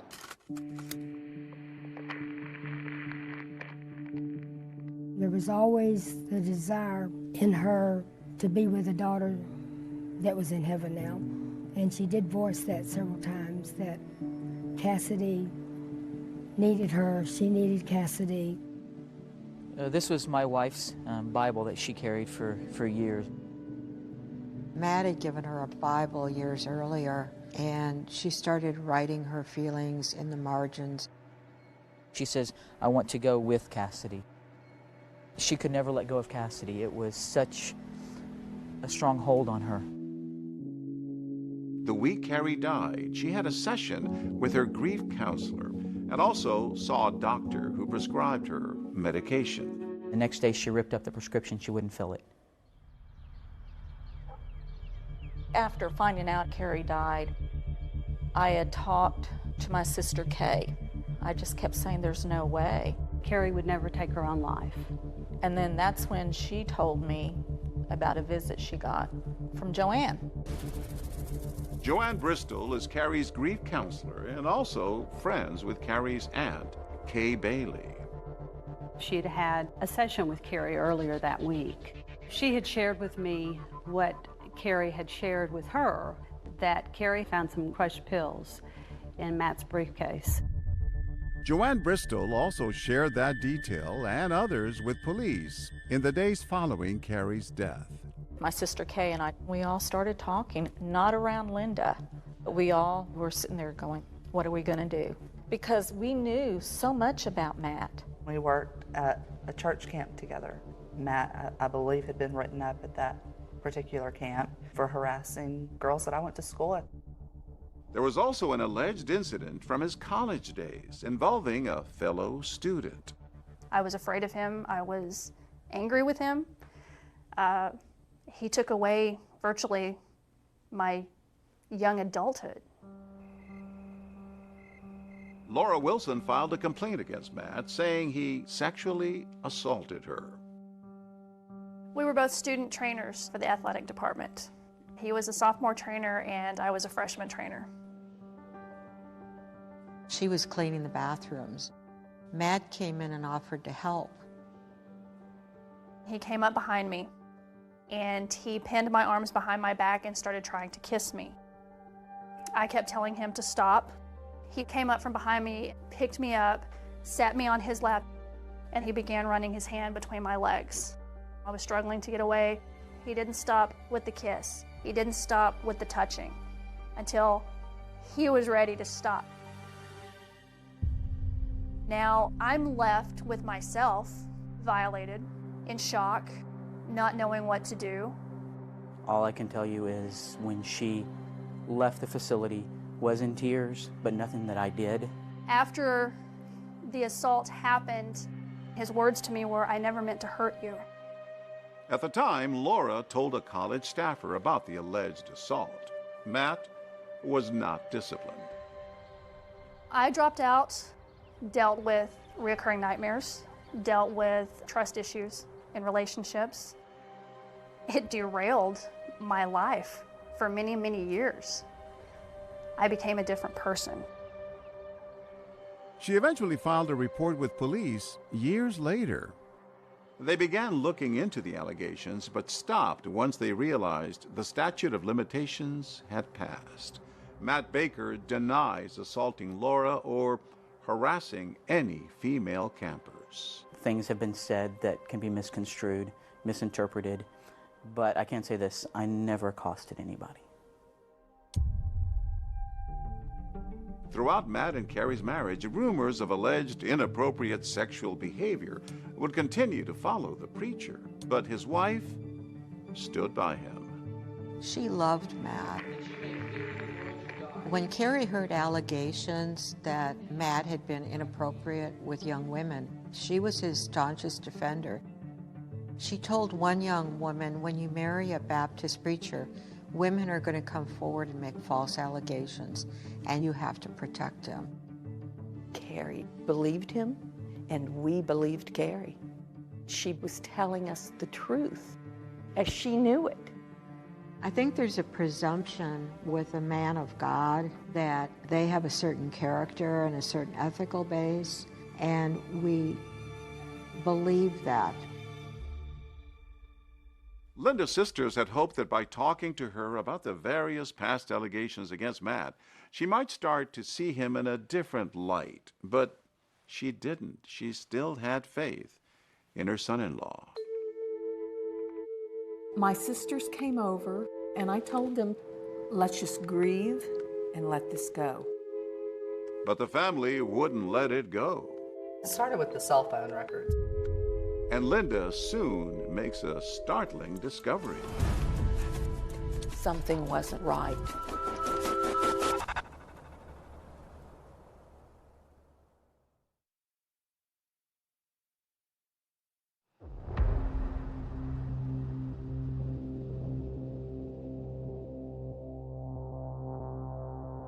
Over the years, since her daughter Cassidy's death, Carrie Baker was in and out of counseling, dealing with her grief, especially around the time of year when Cassidy died. Anytime you got close to the anniversary of the death of Cassidy or her birthday or holidays, there was definitely a deep sadness. But there was more going on that year. There was the fact that she was uncertain about her relationship with Matt. She sensed that something was very wrong. After Carrie's death, Linda's sisters sat down with Linda and said, we don't believe that Carrie committed suicide. While Linda may have still been processing her daughter's loss, her family's emotions had quickly turned to suspicion. I remember Nancy saying, Linda, have you ever considered that perhaps Carrie didn't take her life? I remember stammering and saying, oh, what are you talking about? Murder? We don't think Carrie killed herself. We know she didn't. The family decides to tell Linda what they say they learned from Carrie's therapist. Carrie had shared with her that she'd found some crushed pills in Matt's briefcase, and she was afraid that Matt might possibly try to kill her. She said, I think Matt's trying to kill me. And then she started laughing and she said, oh no, Matt would never do that. But at the same time, I thought, this would make more sense because I knew that Carrie would never take her own life. I think if truly Carrie went and said that and was fearful for her life, the counselor should have done more and didn't. Looking back, I think it was a scream. The first scream in a series of screams that took place that week of, I'm hurting more than you think I am. Murder, I mean, that's just not something that I could wrap my head around. I needed time to think, to process. This was too difficult for me to be able to discuss.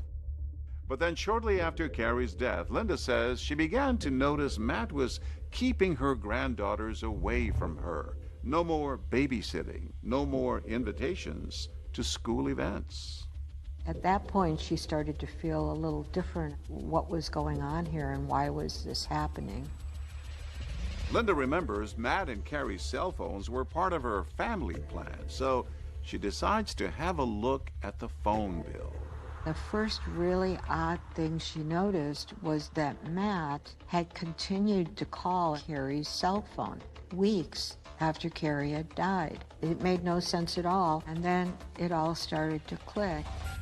Matt's given Carrie's phone to someone. And I think you said calling all angels, but we all went over to your house. You said, we need to get together and talk.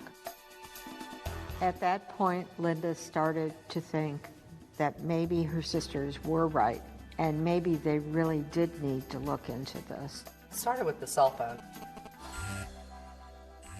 And I immediately figured out it was Vanessa Bowles. Vanessa Bowles was the daughter of the music minister at Crossroads Church, where Matt was the preacher. The relationship really started between my wife and her. They became friends. Vanessa had a little girl that reminded Carrie of the baby she had lost. There were only 3 young families in the church that had small children, so we naturally just kind of congregated together because we had similar interests. We were friends. Vanessa would later describe in a recorded interview how she says the friendship evolved. So I just got divorced, and it was nice to have someone, to talk to, Right. who was in a pastoral position. And she gives her explanation of why she has Carrie's phone. We were starting to talk and become friends. Then I said, don't call my cell because my mom pays for my meds and I don't want to run over during the day. I've done that many times before. And he was like, well, I still have Carrie's phone, so I can give that to you. Maybe Matt was simply seeking comfort in the friendship of a fellow churchgoer. But for Linda, those phone bills had set off alarm bells. Linda went to the Hewitt Police Department. She showed them the phone bills, but they weren't interested. This was a done case. It was over as far as they were concerned. That's when Linda said, I need my angels over here. I would email them. I would go, good morning, angels. She would always tell us, you need to do this. And here's your assignment for today. We're investigating. We did. It was nonstop all the time. The assignments Linda gave out involved going through the garbage. And Charlie was doing some digging right alongside her angels as well. She researched whether overdosing on a sleep aid could have really killed Carrie. And she questioned Matt about those alleged crushed pills. I talked to Matt about the crushed pills. My wife said she found him in my briefcase when she was looking for a pen. She said, well, did a kid where you work put him in your bag? Matt claims that, unknown to him, some kids at work may have been spitting out pills into his briefcase. But that seemed odd because the pills didn't look like they'd been spit out. What he said couldn't have happened. And so Kay called Judge Billy Martin to find out why he had ruled Carrie's death a suicide. I talked to him about the suicide note, and he mentioned it being signed, and I said it was not. And he goes, well, you need to talk to the police. I said, we've already done this, and we just want somebody to investigate it more.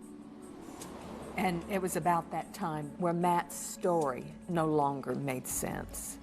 There were inconsistencies, outright lies, and we needed more answers. So following the family's urging, police bring Pastor Matt Baker in for questioning. Well, I just want to sit and talk to me. Questions needed to be asked, and questions needed to be answered.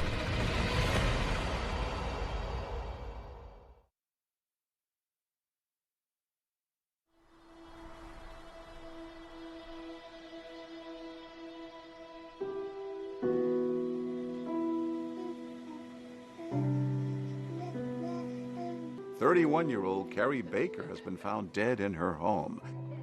It was deemed a suicide by police, but her family began investigating on their own, and they urged police to question her husband, preacher Matt Baker. I just want to sit and talk to him. I just want to talk about what happened that night. That way we can clear all this up, because I'm sure you know what I'm getting at. Okay, as far as Linda, you know what I'm saying. It was a very odd week. I mean, but not behavior that would have raised red flags. Right. If that makes sense. You know, it was one of those deals that I knew she was depressed. The conversation continues with Matt sharing his own view on what he believes might have happened. I left about 11 or so. I wasn't gone maybe 40 minutes. You left the house and went down to the gas station? I wasn't even gone long at all. Okay. And so, and that was the strange thing about it is I question where she would have taken the medicine. Personally, this is my opinion. I don't think the medicine is what killed her. I think she threw up into her mouth, but was knocked out enough and choked on it. So no, I don't know if that's just me trying to put stuff together to make it, you know, I don't know. Okay. Like I said, that's all I just wanted to sit and holler at you about. One last thing, you know, to kind of quell everything. If I asked you to take a polygraph test, would you be willing to do so? Okay. Matt eventually passes a polygraph arranged by his attorney. Upset that police continue to consider Carrie's death a suicide, Linda pulls together a team of her own.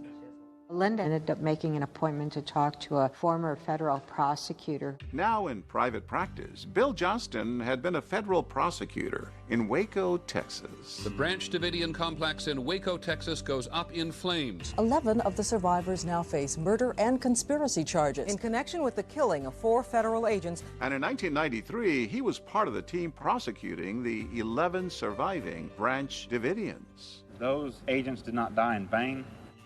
Mrs. Doolin came to me and she said, "I've heard maybe you can help me." She explained to Bill that she doesn't believe her daughter took her own life, so she'd been working on Carrie's case with her angels. What Charlie's angels were bringing to us was invaluable. They were this group of strong women who were not going to just let this go. They brought a series of stories about Matt's conduct at different points in his life. Bill pulled together his own posse. He brought together retired lawmen to take over this investigation. So I called them my guys, and they became as invested in this case as if they were fighting for their own child. The biggest thing was to get the body exhumed, get an actual autopsy, and find out what had actually happened to Carrie Baker, how she'd actually died. We started unraveling this thing bit by bit by bit. Matt Coffon is a member of the legendary Texas Rangers. He joins the team and reviews the evidence on the case. There are red flag after red flag that something was not right. It was so compelling that I could not automatically agree with the Hewitt police investigation. So I thought, okay, let's kind of break it down. You're presented with a crime scene that's not really a crime scene, right? These are photographs. As you can tell, there's just not much to them. There were so many things early on in this investigation that just did not match. And part of it was Matt Baker's explanation of his timeline. He says he left and then he came back, and it was such a short time that she couldn't have died within that period. That was the theory that we were operating on. His timetable did not really match up. This is an overall view of Hewitt, Texas, and it's not large. And these locations are very close to each other. Minutes apart, especially that time of night. The team was also troubled by Carrie's suicide note, which Officer Michael Irving says was pointed out by Matt. He just said, there's a suicide note, suicide note, suicide note. So he did direct me straight to the note. The so-called suicide note was typed. It's not signed, and that should be a red flag to any investigator. Let's take this a little bit further. It says, tell my mom and dad that I love them too. In this case, two is T-O, not comma, T-O-O. She was a teacher. She could spell. Yes. Something didn't set right. And for me, it all pointed back to that note. That suicide note. I didn't speak up. At that time, I've been a police officer for 6 months. If I could go and turn back time, there are a lot of things I would have done differently. Was there an autopsy done initially? There was no autopsy done. And so at this point, we decided that we needed to have tissue samples from Carrie's body, so we wanted to have that body exhumed. At the time of the Hewitt police investigation, they concluded Carrie had died by suicide of over-the-counter sleep medication. One of the tasks that Linda took on for herself was investigating Unisom. She found that it would have taken a great deal to have caused Carrie's death, and that she wouldn't have died quickly. We came up with clues that made us believe that perhaps there were prescription medications given to her without her knowledge. Nearly 4 months after Carrie's death, the Texas Rangers, in conjunction with Hewitt Police, are able to get Judge Martin to sign an order allowing for the exhumation of Carrie's body. As we gathered information from various sources, determined we need to go that route. By this time, we were working pretty closely with a detective at the Hewitt Police Department. It was critical that they had an autopsy. We had a lot of circumstantial evidence, but we needed some scientific evidence. It's something that a prosecutor can hold in their hands and say, okay, now we may have something here. What else would the Charlie's Angels of Waco and their investigative team learn? A photograph was found on Matt Baker's computer. He tried to delete it. We didn't know if she might have even been involved. Was Carrie's death a terrible tragedy or something much more sinister?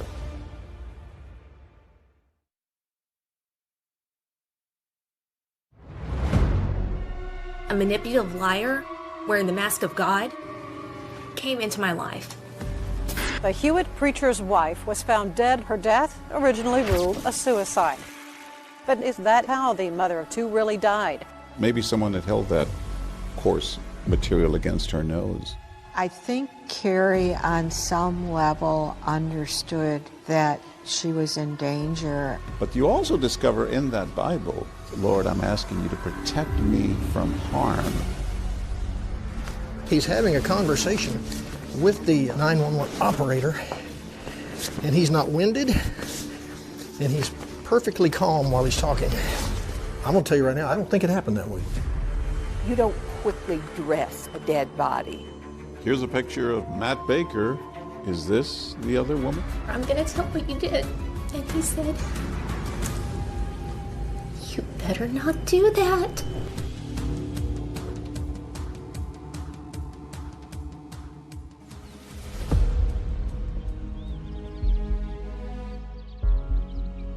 Sometimes faith can be used to manipulate and to control people.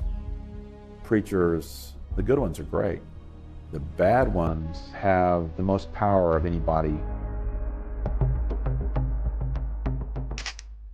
Here they were, the police, in the home of a Baptist minister with a suicide note and sleeping pills and a bottle of alcohol. Well, the police at that point aren't thinking murder. They're thinking that Carrie committed suicide. Texas pastor Matt Baker had lost a young daughter years earlier. He now appears to be facing yet another tragedy, the suicide of his wife, Carrie. But her family isn't buying it. I knew that Carrie would never take her own life. We will fight for the truth. Could Carrie have been murdered? The Hewitt police, now collaborating with Texas Ranger Matt Coffon, who's been working with Carrie's family, obtained an order to exhume Carrie's body. And the autopsy results are now in. In her muscle tissue, there was a presence of Ambien. And that was huge, huge. And at the time of her death, she didn't have a prescription for Ambien. No. The autopsy now lists Carrie's manner of death as undetermined. Now you're in undetermined land, now you're in a mystery, now let's solve the mystery. Bill Johnston and his team continue to dig, now taking a closer look at those few crime scene photos. What's this? This is a picture of Carrie's arm. And what you're seeing here is you're seeing the beginning of lividity, the purplish color from the pooling of the blood. You know, when the heart pumps, it pumps through the veins and the arteries. When the heart stops, everything settles to its lowest point. It's gravity. We have lividity set in the body, and that takes time. And this was a problem with Bill Johnston and his team. And so we found the person who wrote the book on crime scene reconstruction, Tom Bevel. The first responders from the medical field are saying that lividity either was setting in or set, which in that time frame, that's a problem. So this is their home right there, right? Yeah, this is their home. So if he leaves his house at 11, 45 to 55 minutes later, lividity could not have been set in as it was in the photographs, all right? Cawthon and the team believe that Carrie was likely dead before Matt Baker left his home. So if Carrie's suicide was a homicide, how was she killed? The photograph showed something more. In one of the photographs, there is a small abrasion that is to the bridge of her nose. We surmised that this was very likely done using a throw pillow off of a couch.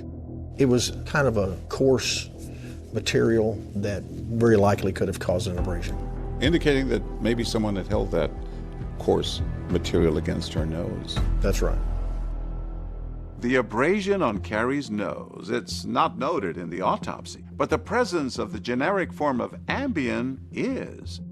So Bill Johnston wants to look into Matt's digital trail. He sues Matt for wrongful death and obtains access to his computer records. A month before Carrie's death, they discovered Matt was on the computer searching for the term overdose by sleeping pills. I did search that. I did research to see, can you overdose? Is that even a possibility that I need to worry about? My wife overdosing on sleeping pills. As they continued to go through the computer, they found where he tried to buy Ambien, had moved it into a cart to purchase it. And that bit of forensics in the computers now hard linked into the toxicology forensics. Our theory became, the Ambien in the wine cooler, he got her sleepy with that so he could later suffocate her. That was our theory. And remember those writings in Carrie's Bible about Cassidy? Well, those were written years earlier, but there was a recent troubling entry dated just 5 days before Carrie's death, which says, I feel like I have so much worry. Lord, I'm asking you to protect me from harm. I am not sure what is going on with Matt. What does that indicate? It's ominous. It's almost like she is afraid of him. Looking back on it, they were predictive. I think Carrie, on some level, understood that she was in danger, and she didn't realize that at that point that he was involved with somebody else. During this investigation, we got a clue from a woman who worked in a jewelry store and said within a couple of weeks after Carrie's death, Matt Baker comes into the jewelry store with a woman, and they're looking at engagement rings. No, we were not. One of our rules for our kids was when they turn 6 years old, they can get earrings. And so we began looking for jewelry, earrings. Here's a picture of Matt Baker. Is this the other woman? This is Vanessa Bulls. She was the other woman. Now, this is a photograph that we found on his computer in trash. We knew there was going to be a birthday party, and we took a picture of all the girls and Matt and Vanessa. It wasn't long after Carrie's death when people came over, they didn't see any pictures of Carrie at all, but there was a picture of Vanessa with the girls. 2 of Carrie and Matt's friends came to help with the party, and one of them stayed overnight, and she saw Matt sitting on the couch with Vanessa's head on his lap. To Carrie's family, it was clear that a romantic relationship had developed between Matt and Vanessa. 4 months after Carrie's death, police believe Vanessa Bulls just might be the key to solving this case. So they bring her to the Hewitt Police Station for questioning. It's just scary.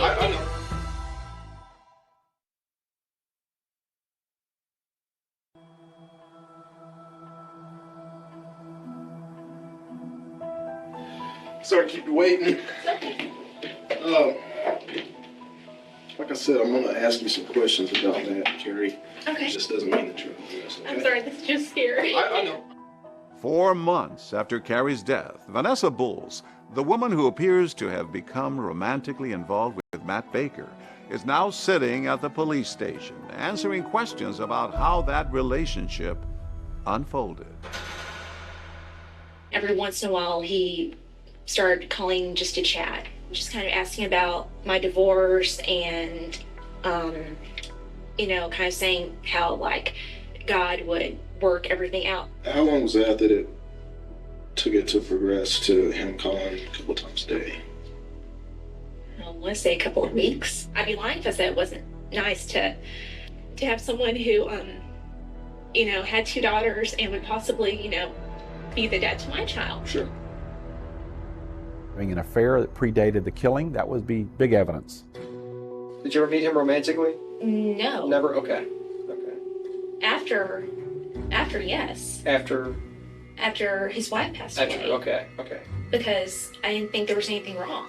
2020 obtained emails never before broadcast that show Carrie and Matt's relationship unraveling in the weeks before Carrie's death, at the same time as Matt and Vanessa's phone calls start to heat up. She sensed that something was very wrong. In one of those emails, Matt blames Carrie for Cassidy's death, writing you wanted her to be pain-free, and then telling her your prayer was the one that was answered. That made her angry, and she was going to leave him. I suggested they get counseling. Back in that police interview, Vanessa, who at this point had broken things off with Matt, seems open to believing he could have murdered Carrie. Do you think that he had anything to do with her death? I think anything's possible now. The Hewitt preacher's wife was found dead in her home. Her death, originally ruled a suicide. But now, nearly a year and a half later, a judge has set a hearing to try to determine if that is how the mother of 2 really died. A formal inquest into Carrie's death was held, but in the end, the justice of the peace, who initially declared it a suicide, made the same determination that the autopsy had made a year earlier. That Carrie Lynn Baker's manner and cause of death shall be recorded as undetermined. So what do you do? And at some point, we have to do what we think is right. And in this case, it was to get an arrest warrant for Matt Baker. Even though it wasn't ruled a homicide, nearly a year and a half after Carrie's death, Matt Baker is arrested for her murder. Matt Baker is accused of drugging his wife Carrie with sleeping pills and then suffocating her with a pillow. There's no way that he could take a life. I know my sons, and I just don't believe he could do that. And we have breaking news for you now from the McLennan County Jail. Matt Baker could be released any time now. His $200,000 bond has been paid in cash. My best decision was to move away from there and to move back here to my hometown, where I felt support and felt loved. And it's in Kerrville, about 200 miles from Hewitt, that our cameras catch up with Matt and his daughters. This is a little bit of everything. They have a cafe where they take flowers and they crush them up and pretend it's chicken noodle soup. Don't be embarrassed. 2020 gets a glimpse of life with their father. Favorite thing to do is play with my dad. After losing their mother. Each have their own, Mine, hers. and they separate pants from shirts. I pick mine and then he picks hers. But I have to okay hers. Yes. Why? Because she likes spaghetti straps. But I don't wear them to school. I'm not allowed. And during this last year, he was a single parent, working and taking care of these girls. They emotionally attached to their dad very strongly, the younger one especially. This is my favorite toy because it used to be my dad's when he was a little kid. Once Matt was released, he went on kind of a press tour. He tried to tell the world his side of the story. Would Matt Baker have the nerve to actually interview for and do a photo shoot with Texas Monthly? Yes, he would. Pretty much anybody who wanted to talk with him, Matt Baker had an open door. Tonight on 2020, was it suicide or murder? The story goes national, and Matt Baker sits down with 2020 for an interview. He proclaims his innocence and denies he had an affair with Vanessa Bowles. It was a friend, it was a very good friend, but there's nothing there now. I don't believe in adultery, I don't believe in divorce. The problem was that for him was that he changed his story a little bit every time he gave one. Matt tells 2020 that it was the police who found that suicide note. One of the police officers found it and handed it to me, and I held it in my hands for a brief moment, and I looked at the first line, and I handed it back and said, I can't read it right now. But listen as Matt refers to that suicide note in his 911 call. My wife is laying in the bed, and her lips are blue, hands are cold, and there's a note that says, I'm sorry, basically. There's no way I could ever have hurt my wife. I loved her. She's the mother of my children, and I miss her, and I did not hurt my wife. We felt validated with the arrest, but I'm going to tell you right now, all the arrests in the world mean nothing without a good prosecution. The Texas Rangers made an arrest on the case, and the case was then transferred to our office. And I believed that Matt had killed Carrie, but I didn't feel like that we had the proof to take it to a trial and get a conviction. If you get an acquittal, it's over. 6 months after Matt Baker's arrest, the murder charge is dismissed after prosecutors failed to indict him. It was frustrating, but I mean, we knew it would take time and we weren't going to stop. People started running around town with bumper stickers that said "Justice for Carrie." Love trumps evil was underneath it. We had truth on our side. We had God on our side. We had Bill Johnston, and we were going to continue civilly. But his story was not adding up anymore. You wouldn't have left those two girls there if you didn't think it was safe. And would Matt's account of what he says he did when he found Carrie check out? He's not winded, and he's perfectly calm while he's talking. I'm going to tell you right now, I don't think it happened that way, John. I just don't.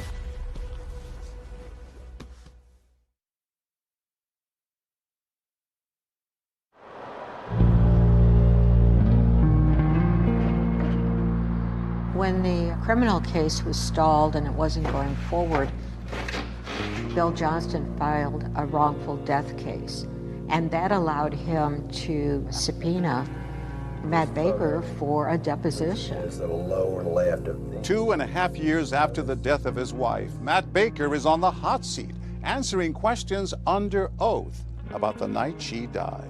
About 10:45-ish, a little before 11, she asked me if I could run a couple of errands. Now, had she sort of refreshed herself and gotten awake and got forward thinking by that time? It was still kind of that half awake, just talking, but still kind of real drowsy. I'm conjecturing that it went through his mind that maybe she already took all the sleeping pills before he left. Was she aware enough that you could observe that she could handle if the kids needed her, for instance? I felt that she probably could. She had to be fine, or else she was incapacitated and he was a bad father and he just left his girls with an incapacitated person. Which one is it, Matt? So he chose the high road, that yes, Carrie was fine. So if Carrie's fine, she's not getting ready to die.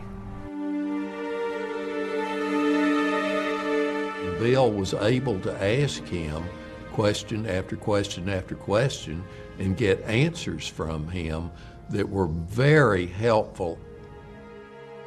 While you have the phone pressed against your shoulder, you put on her panties first, is that correct? I believe that's right. And then what did you do? And I put on her shirt. Okay, and she's on the bed at this time? Correct. But Matt had told police a different version of how he dressed Carrie that night. So I put the panties on her in the bed as I was getting her out, and then when she was on the floor, I put her shirt on. The clothing, it appears consistent, especially her panties, as to how you would typically find if they were put on by the individual, not somebody else with a Lady who is not able to assist. If he would lie about dressing her, why? And he wanted to explain their body was cold by saying she was nude on top of the bed, as if she would have aired out, cooled off. Just a stick figure put where she came to rest once you moved.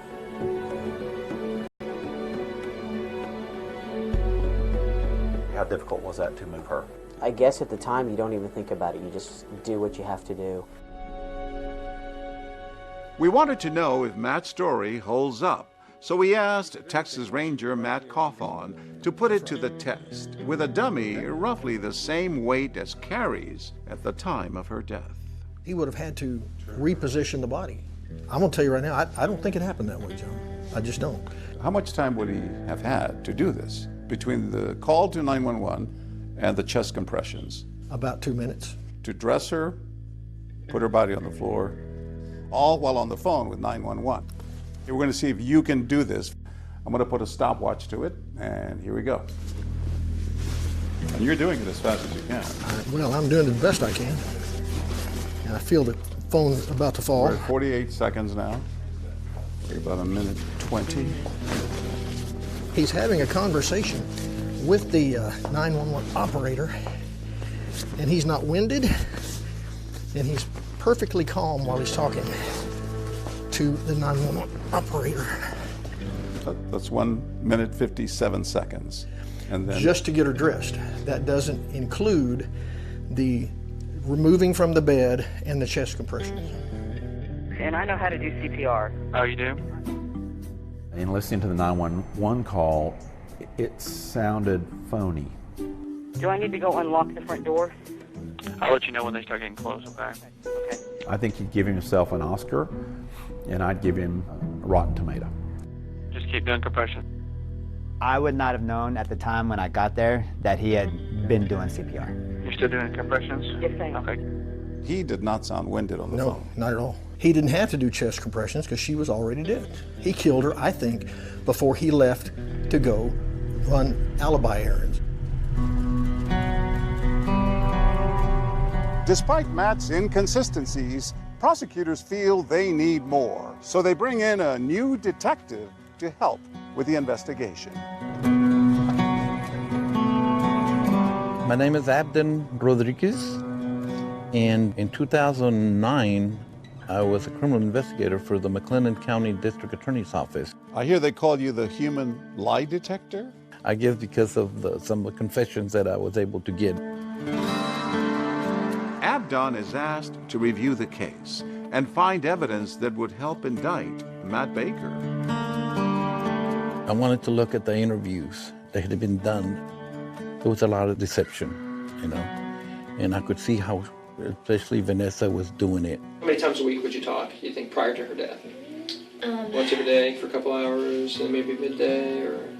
Sometimes a couple times a day. As you can see, she's got her arms crossed and her legs crossed. That's a big red flag to me. When she passed away that week, how were the conversations? Were they kind of the same way they were before? They were really the same. And I told him, and I said, look, the whole key to this case is going to be Vanessa Booth. She's pretty and very smooth and friendly, but at the same time, you know she's a liar. We didn't know if she might have even been involved.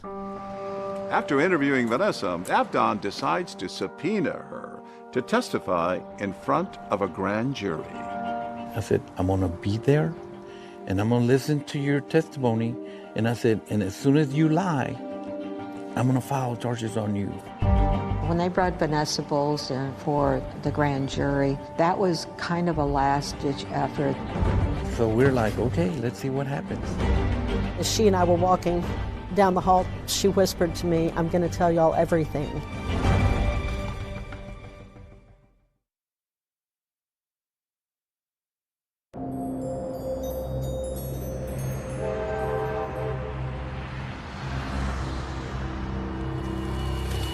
Behind closed doors, Vanessa Bowles' grand jury testimony is the last step in getting Matt Baker indicted. A former preacher charged with the murder of his wife Finally, Vanessa's testimony is the smoking gun. Yes, it was. She had everything we needed. The civil case was dropped at that point in order to let the criminal case continue. Matt Baker is charged with first-degree murder, accused of drugging and suffocating his wife Carrie and making it look like a suicide. He pleads not guilty. Now, 4 years after his wife's death, Matt Baker is on trial for her murder. That first day of the trial, the gallery was full. We have a lot of people here in the gallery today. True crime author Catherine Casey was in the courtroom every day.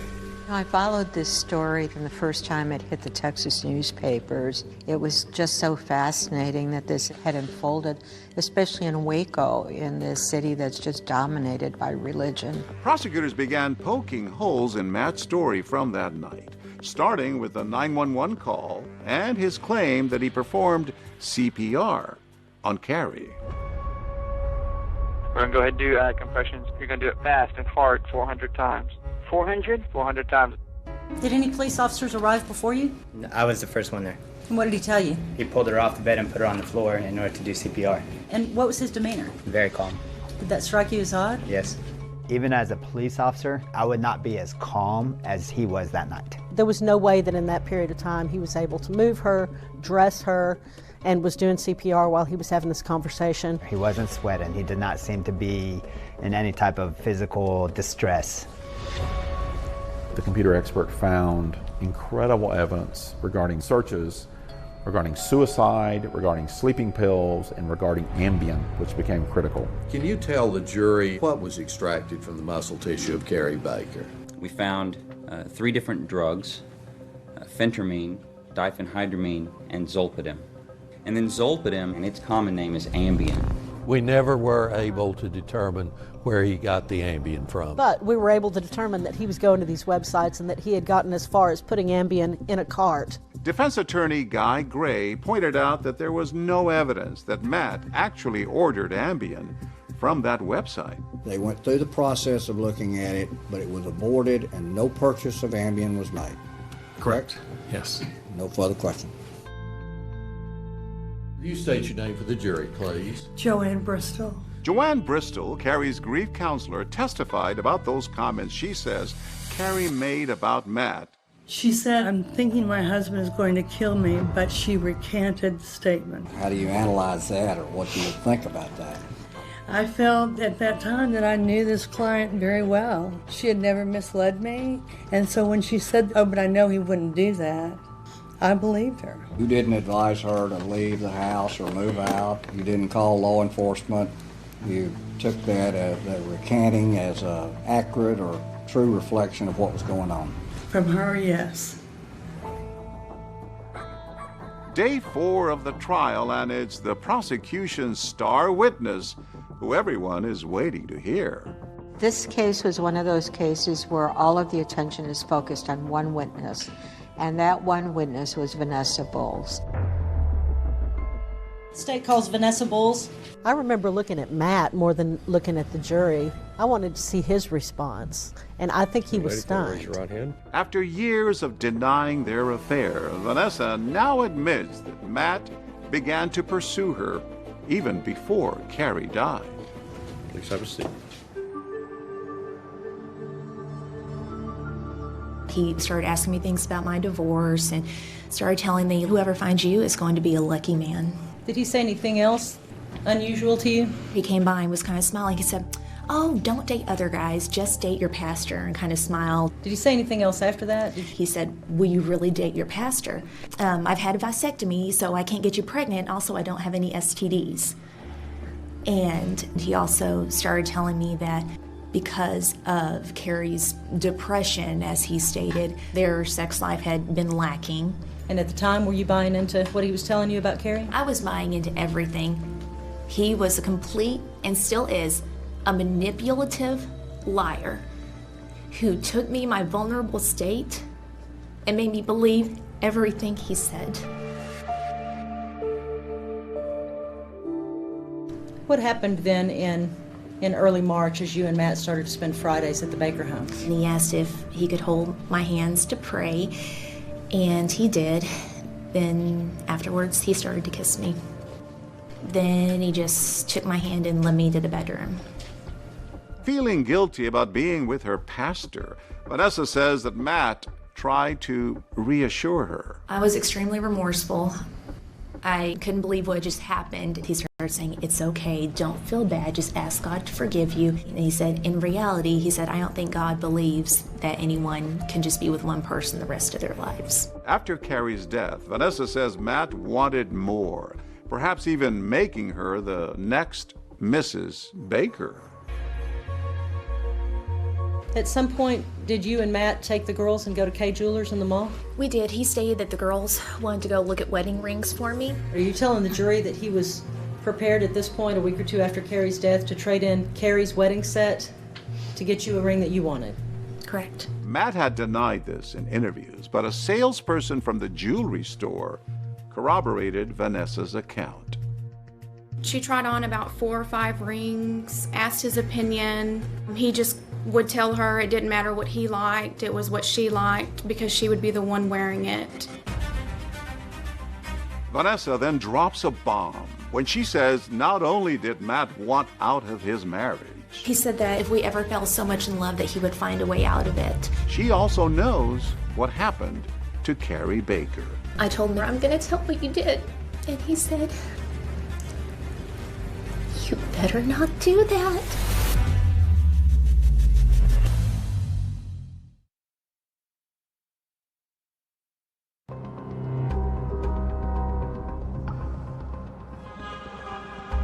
Vanessa testifies that Matt was openly plotting Carrie's death. At what point did he start talking about planning her murder? It was sometime mid-March. He said that, she took sleeping pills every night, so maybe he could make it look like she overdosed on sleeping pills. Vanessa Bowles talked about how Matt had ruminated about all the different ways he might kill Carrie.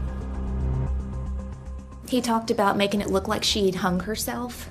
He talked about tampering with the brakes of her car, maybe doing a drive-by shooting. What I saw from Vanessa's testimony was a man who was much more evil than even I believed he was. She testified that Matt planned to kill Carrie with a tainted milkshake and then craft a suicide note. 1 to 2 weeks before Carrie's death, did he tell you that he had in fact tried that? He did. He sent an email and said she took a sip of it and said that it tasted like lead. And so then he said he took a drink and said, "Oh, well, the ice cream must have been bad." He mentioned that he would leave a note, and he said that he would type it. And I said, "That's never going to work. You're going to be caught." And he said, "Oh, no, she types everything." Did he say something else about what he believed other people thought about her mental state? Oh, he said that no one would question it because of how depressed she was. Vanessa stuns the courtroom when she says Matt Baker told her how he killed his wife. He had gotten big horse pills. He said he emptied out all the contents and put crushed Ambien in them. He said he handcuffed her to the bed, started kissing her and touching her all over until she fell asleep. Then he said he got the pillow and put it over her face. What did he say happened next? He said that he thought she was dead, and he just said she just took one big ass for air, and he said, "Oh," and then put the pillow back on her face, except he did this with his hand to be sure that he suffocated her. He didn't even feel enough remorse when he realized that she was still alive to rethink it. He just wanted to finish the job. He said he typed out the suicide note, printed it, got her hand, and he said that he ran her hand all around the sides of it and put her fingerprints all over it. He said that he set everything up, locked the door, and left. What was the reaction in the courtroom to Vanessa's testimony that not only did Matt Baker kill his wife, but that he had been planning it? He had planning it, and the things that he did, people couldn't believe it. I think the more surprising thing was that they couldn't believe that she's up there telling all this. So you knew that Friday April 7th of 2006 was the day that he was going to try it again. I knew he was going to try it then, yes. All right. And you didn't report that to anybody? No. Vanessa says she had second thoughts about Matt and the cover-up of Carrie's murder. Not only had I known about this and not done the right thing, in truth, who would believe me? He was a preacher. And so I felt like I was stuck. She then chose to break it off with him. I decided that I didn't care what he told me anymore, that we didn't worship the same God. So I called him. I told him, I never want to see you again. And he became irate. He started saying, I killed my wife for you, and now you're leaving. In a move Vanessa believed was meant to intimidate her, she testifies that Matt sent her an MP3 of a song called Dirty Little Secret.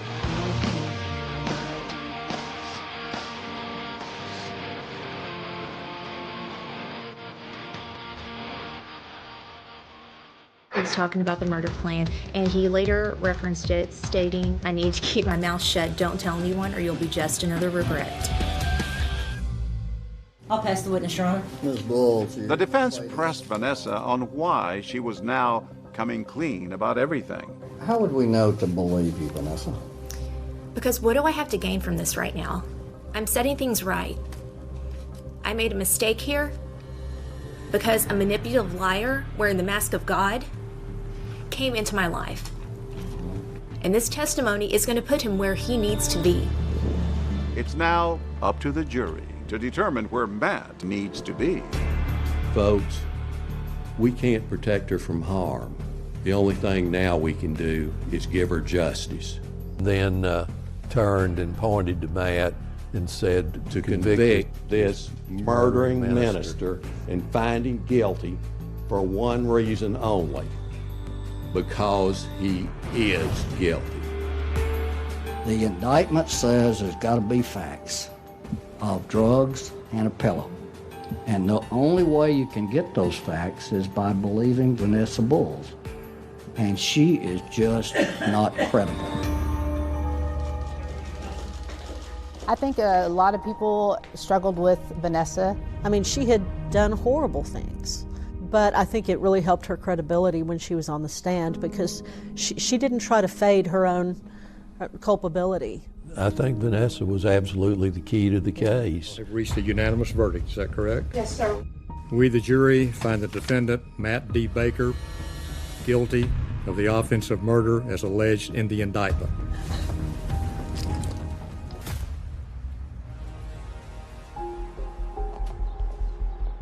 For the sentencing phase of the trial, the jury gets to hear additional testimony.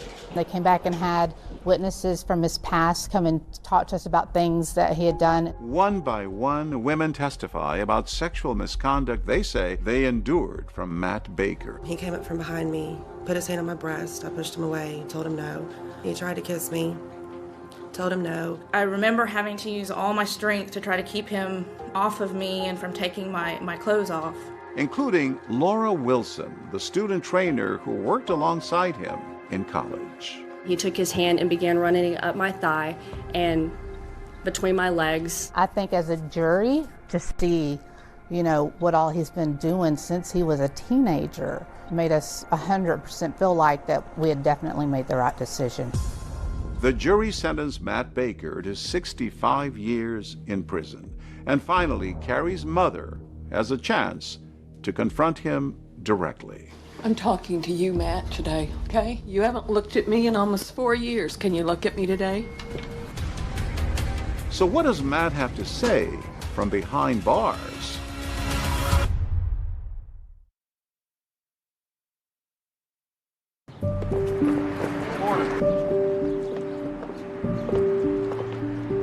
Yeah, we asked him to. We gave him a call.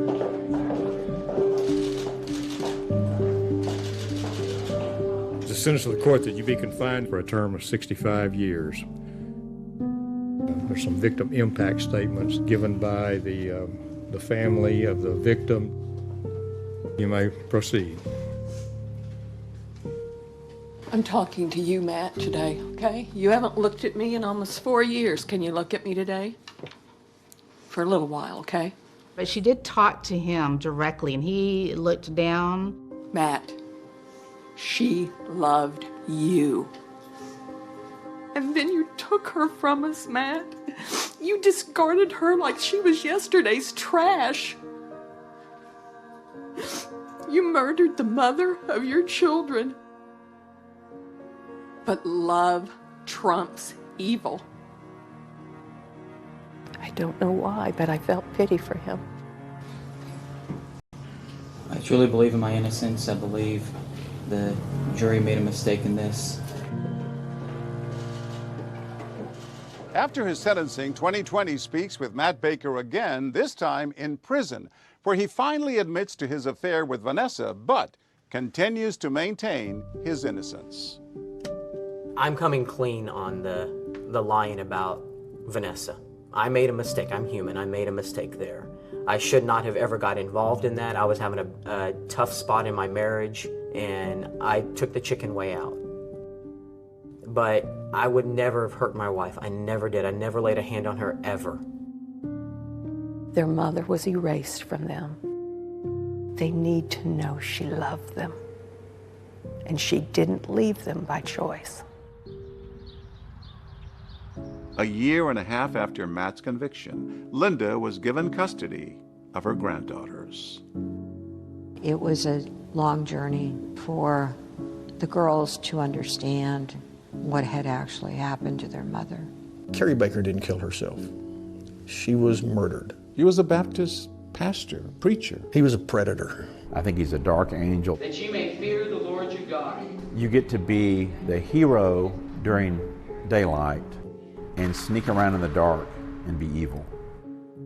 What do you make of the fact that now, nearly 20 years after the case, Matt Baker still maintains his innocence?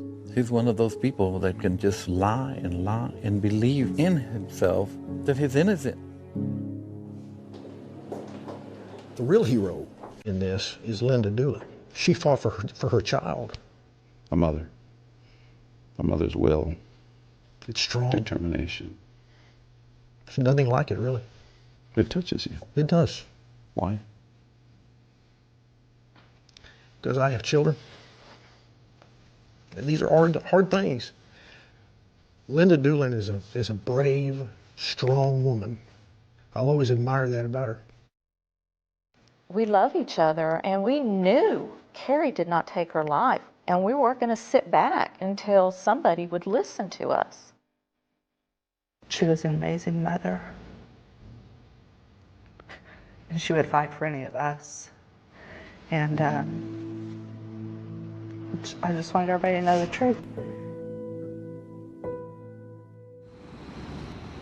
Carrie's family is still so heartbroken over their loss, but committed to remembering the joy she brought them all. We should point out tonight that Matt Baker hasn't seen his daughters since he went to prison, but he hopes they'll visit one day. As for Baker, David, he has exhausted all of his state appeals. For an inside look at tonight's 2020, join me for our brand new podcast, 2020, The After Show. Thanks so much for watching. I'm Deborah Roberts. And I'm David Muir from all of us here at 2020 and ABC News. Good night.